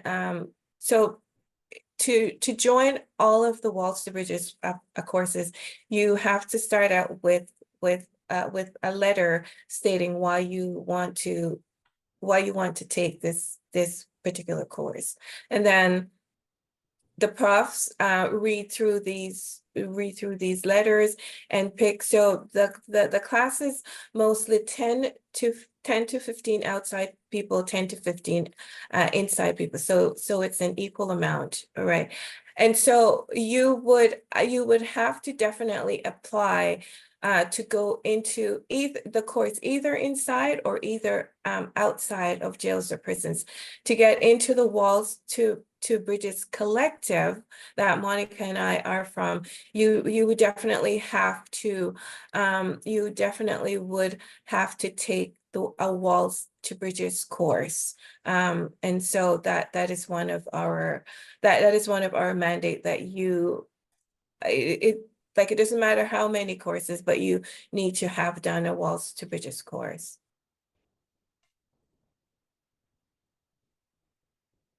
Thank you for answering that. Do you know of other programs? I think the question that Isaac was asking, are there other programs that you know of that are supportive for people who are in and out of the criminal justice system? Is that the other question you were asking, Isaac? Mm-hmm. Yeah, I think like for the women, it's Elizabeth Fry, and then for the men, it's John Howard. So they do a lot of programs as well. I always say that with, Lorraine, you can speak to your opinion. My opinion is those institutions or associations tend to be colored by the corrections system that actually pays them, and the government that pays them. So they tend to be more towards, correctional programming, fixing you, what's wrong with you, as opposed to really helping and understanding, like Lorraine was saying, understanding the root cause of the issue and how we help these individuals. So that's been my personal experience. These are associations that come into the prison, help you upon your release. They help you go into them for a halfway house. If you start out, usually when you're released from federal prison, you start out as what they call day parole. So you stay overnight in the halfway house, and then during the day, you're expected to go either to school or you're expected to have a job. And then eventually with your parole officer, you get released out of day parole, and then you get full parole. So that's when you can just be at home until your warrant expiry, which is what Lorraine was mentioning earlier. So while you're in the halfway house, the expectation is you take these courses through Elizabeth Fry or John Howard.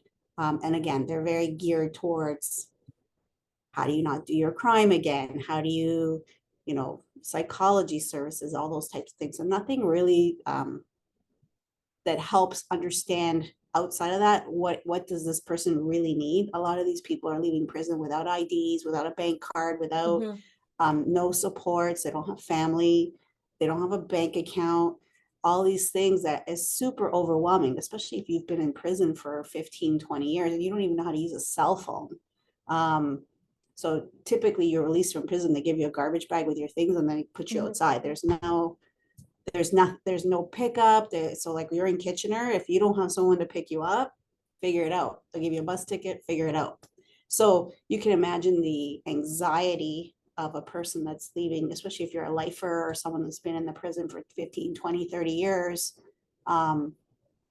so those programs are, I would say, so there's more and more grassroots programs like Walls to Bridges. I'm not fully aware of other ones, but I'm sure, like, I mean, we're part of Rittenhouse is one, and then there's smaller like grassroots organizations, whether they're local in Toronto or provincial.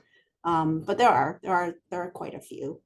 Again, everything's based on donations and funding, so that's a constraint, right? So same with we didn't mention in the Walls to Bridges program, but all the tuition and all the funding comes from, you know, people like Bethany and other facilitators. They do a lot of work in the background with their institutions. So in your case, OISE or U of T, there's a lot of universities that are supportive of the program, but again, it's all reliant on the dean that supports that program. So if the dean changes or the budgeting changes, or things can drop, right? So the people who are teaching these courses or facilitating these courses are true warriors, because they fight the fight every day to try to get funding, to try to get support. And so, and that's with every grassroots program. That's with any program, with any type of program that's out there. So, so yeah, I always say with a grain of salt, John Howard and Elizabeth Fry. That's my experience. I don't know, Lorraine, if you had a different experience, but that's kind of my perception of it.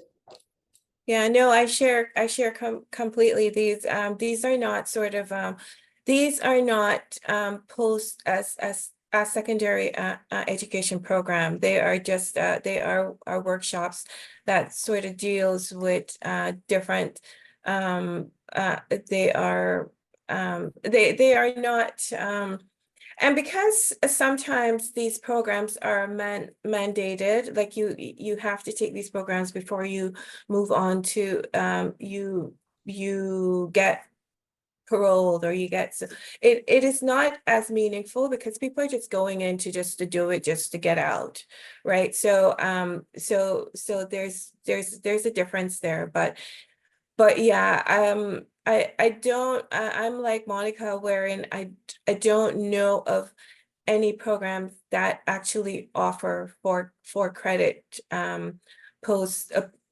secondary for credit for people to use to further their education. So one last question, and this is from Nordy, just asking about how do prisons actually feel about programs like Walls to Bridges? Are they supportive? I liked this covertly oppositional, on the fence, or do just enough to appear supportive. Yeah, we just had a forum actually with a group of people that are facilitating or took the training actually right before this class, and they were mentioning how right now they're having challenges in the prison, women in the medium facility. So in the prison you have maximum medium security, and the women in the medium security are not being able to go. What was it, Lorraine? They're not. I missed part of it. So the woman from minimum security is no longer able to go to medium security. And so it is causing a rift, because some of our members, 2 of our members are in minimum, so they're no longer able to have meetings or attend Walls to Bridges courses in the medium compound. So that's like, it's a way of the prison to kind of utilize education as a bargaining tool, or as a form of restraint, or they look at education as something that's a luxury, not something necessary. So to them, education is, they just want to make sure you leave with a grade 12 education and the diploma. Outside of that, everything else is extra, and it's really not necessary. I mean, so again, it depends on the warden. If the warden is supportive, then you get all the support possible. But if the warden is not, or depending on who's on the shift, if the course is being taught on during a shift where you have someone that's responsible, who's in charge, really doesn't agree with the extracurricular education, they make it very difficult. Like when the class comes in, they may turn you away. They might say there's an issue, you can't come in, you can't teach. So they use all these types of, things to make it very difficult. But I think, I don't know, Lorraine, you know more because you're more involved on the administrative side, like what you've seen as far as support from institutions, but. I think that when the first Walls to Bridges class was launched in 2011, there were a number of guards that were very resistant to the program. And you could hear them every time we walked by to go into classroom. They were like, why do these prisoners get free post-secondary education when we have to pay for it, and when we have to pay for our children to attain this? So there were definitely some disgruntled officers around. We were not at the administration level to see if that was also carried down from there, but we definitely knew because we were in contact with the guards daily, that was their take on it. And I do have to say that as far as Monica mentioned, it depends on the prison, right? There is a jail in Kingston, Collins Bay, who's totally supportive and would do, and and Collins Bay is a men's prison in Kingston, and the administration there is totally supportive and willing for Queen's University trained Walls to produce professors to do all types of post-secondary education program there.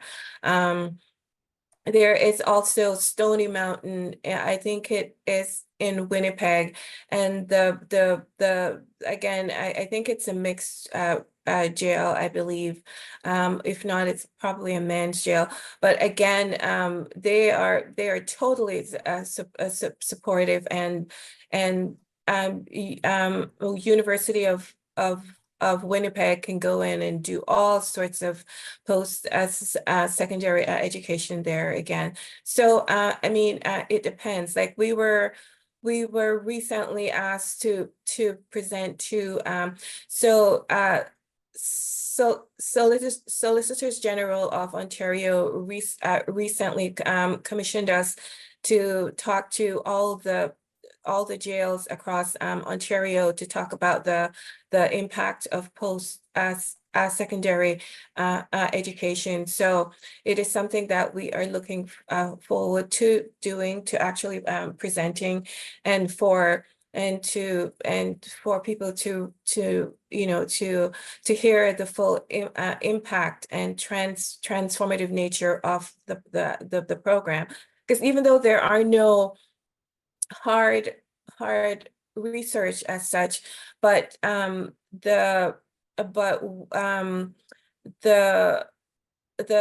director of education at GVI can now tell you, as part of his anecdotal research, is that the guards and administration and staff are now saying how the women who have done the program are more manageable, and how much they sort of enjoy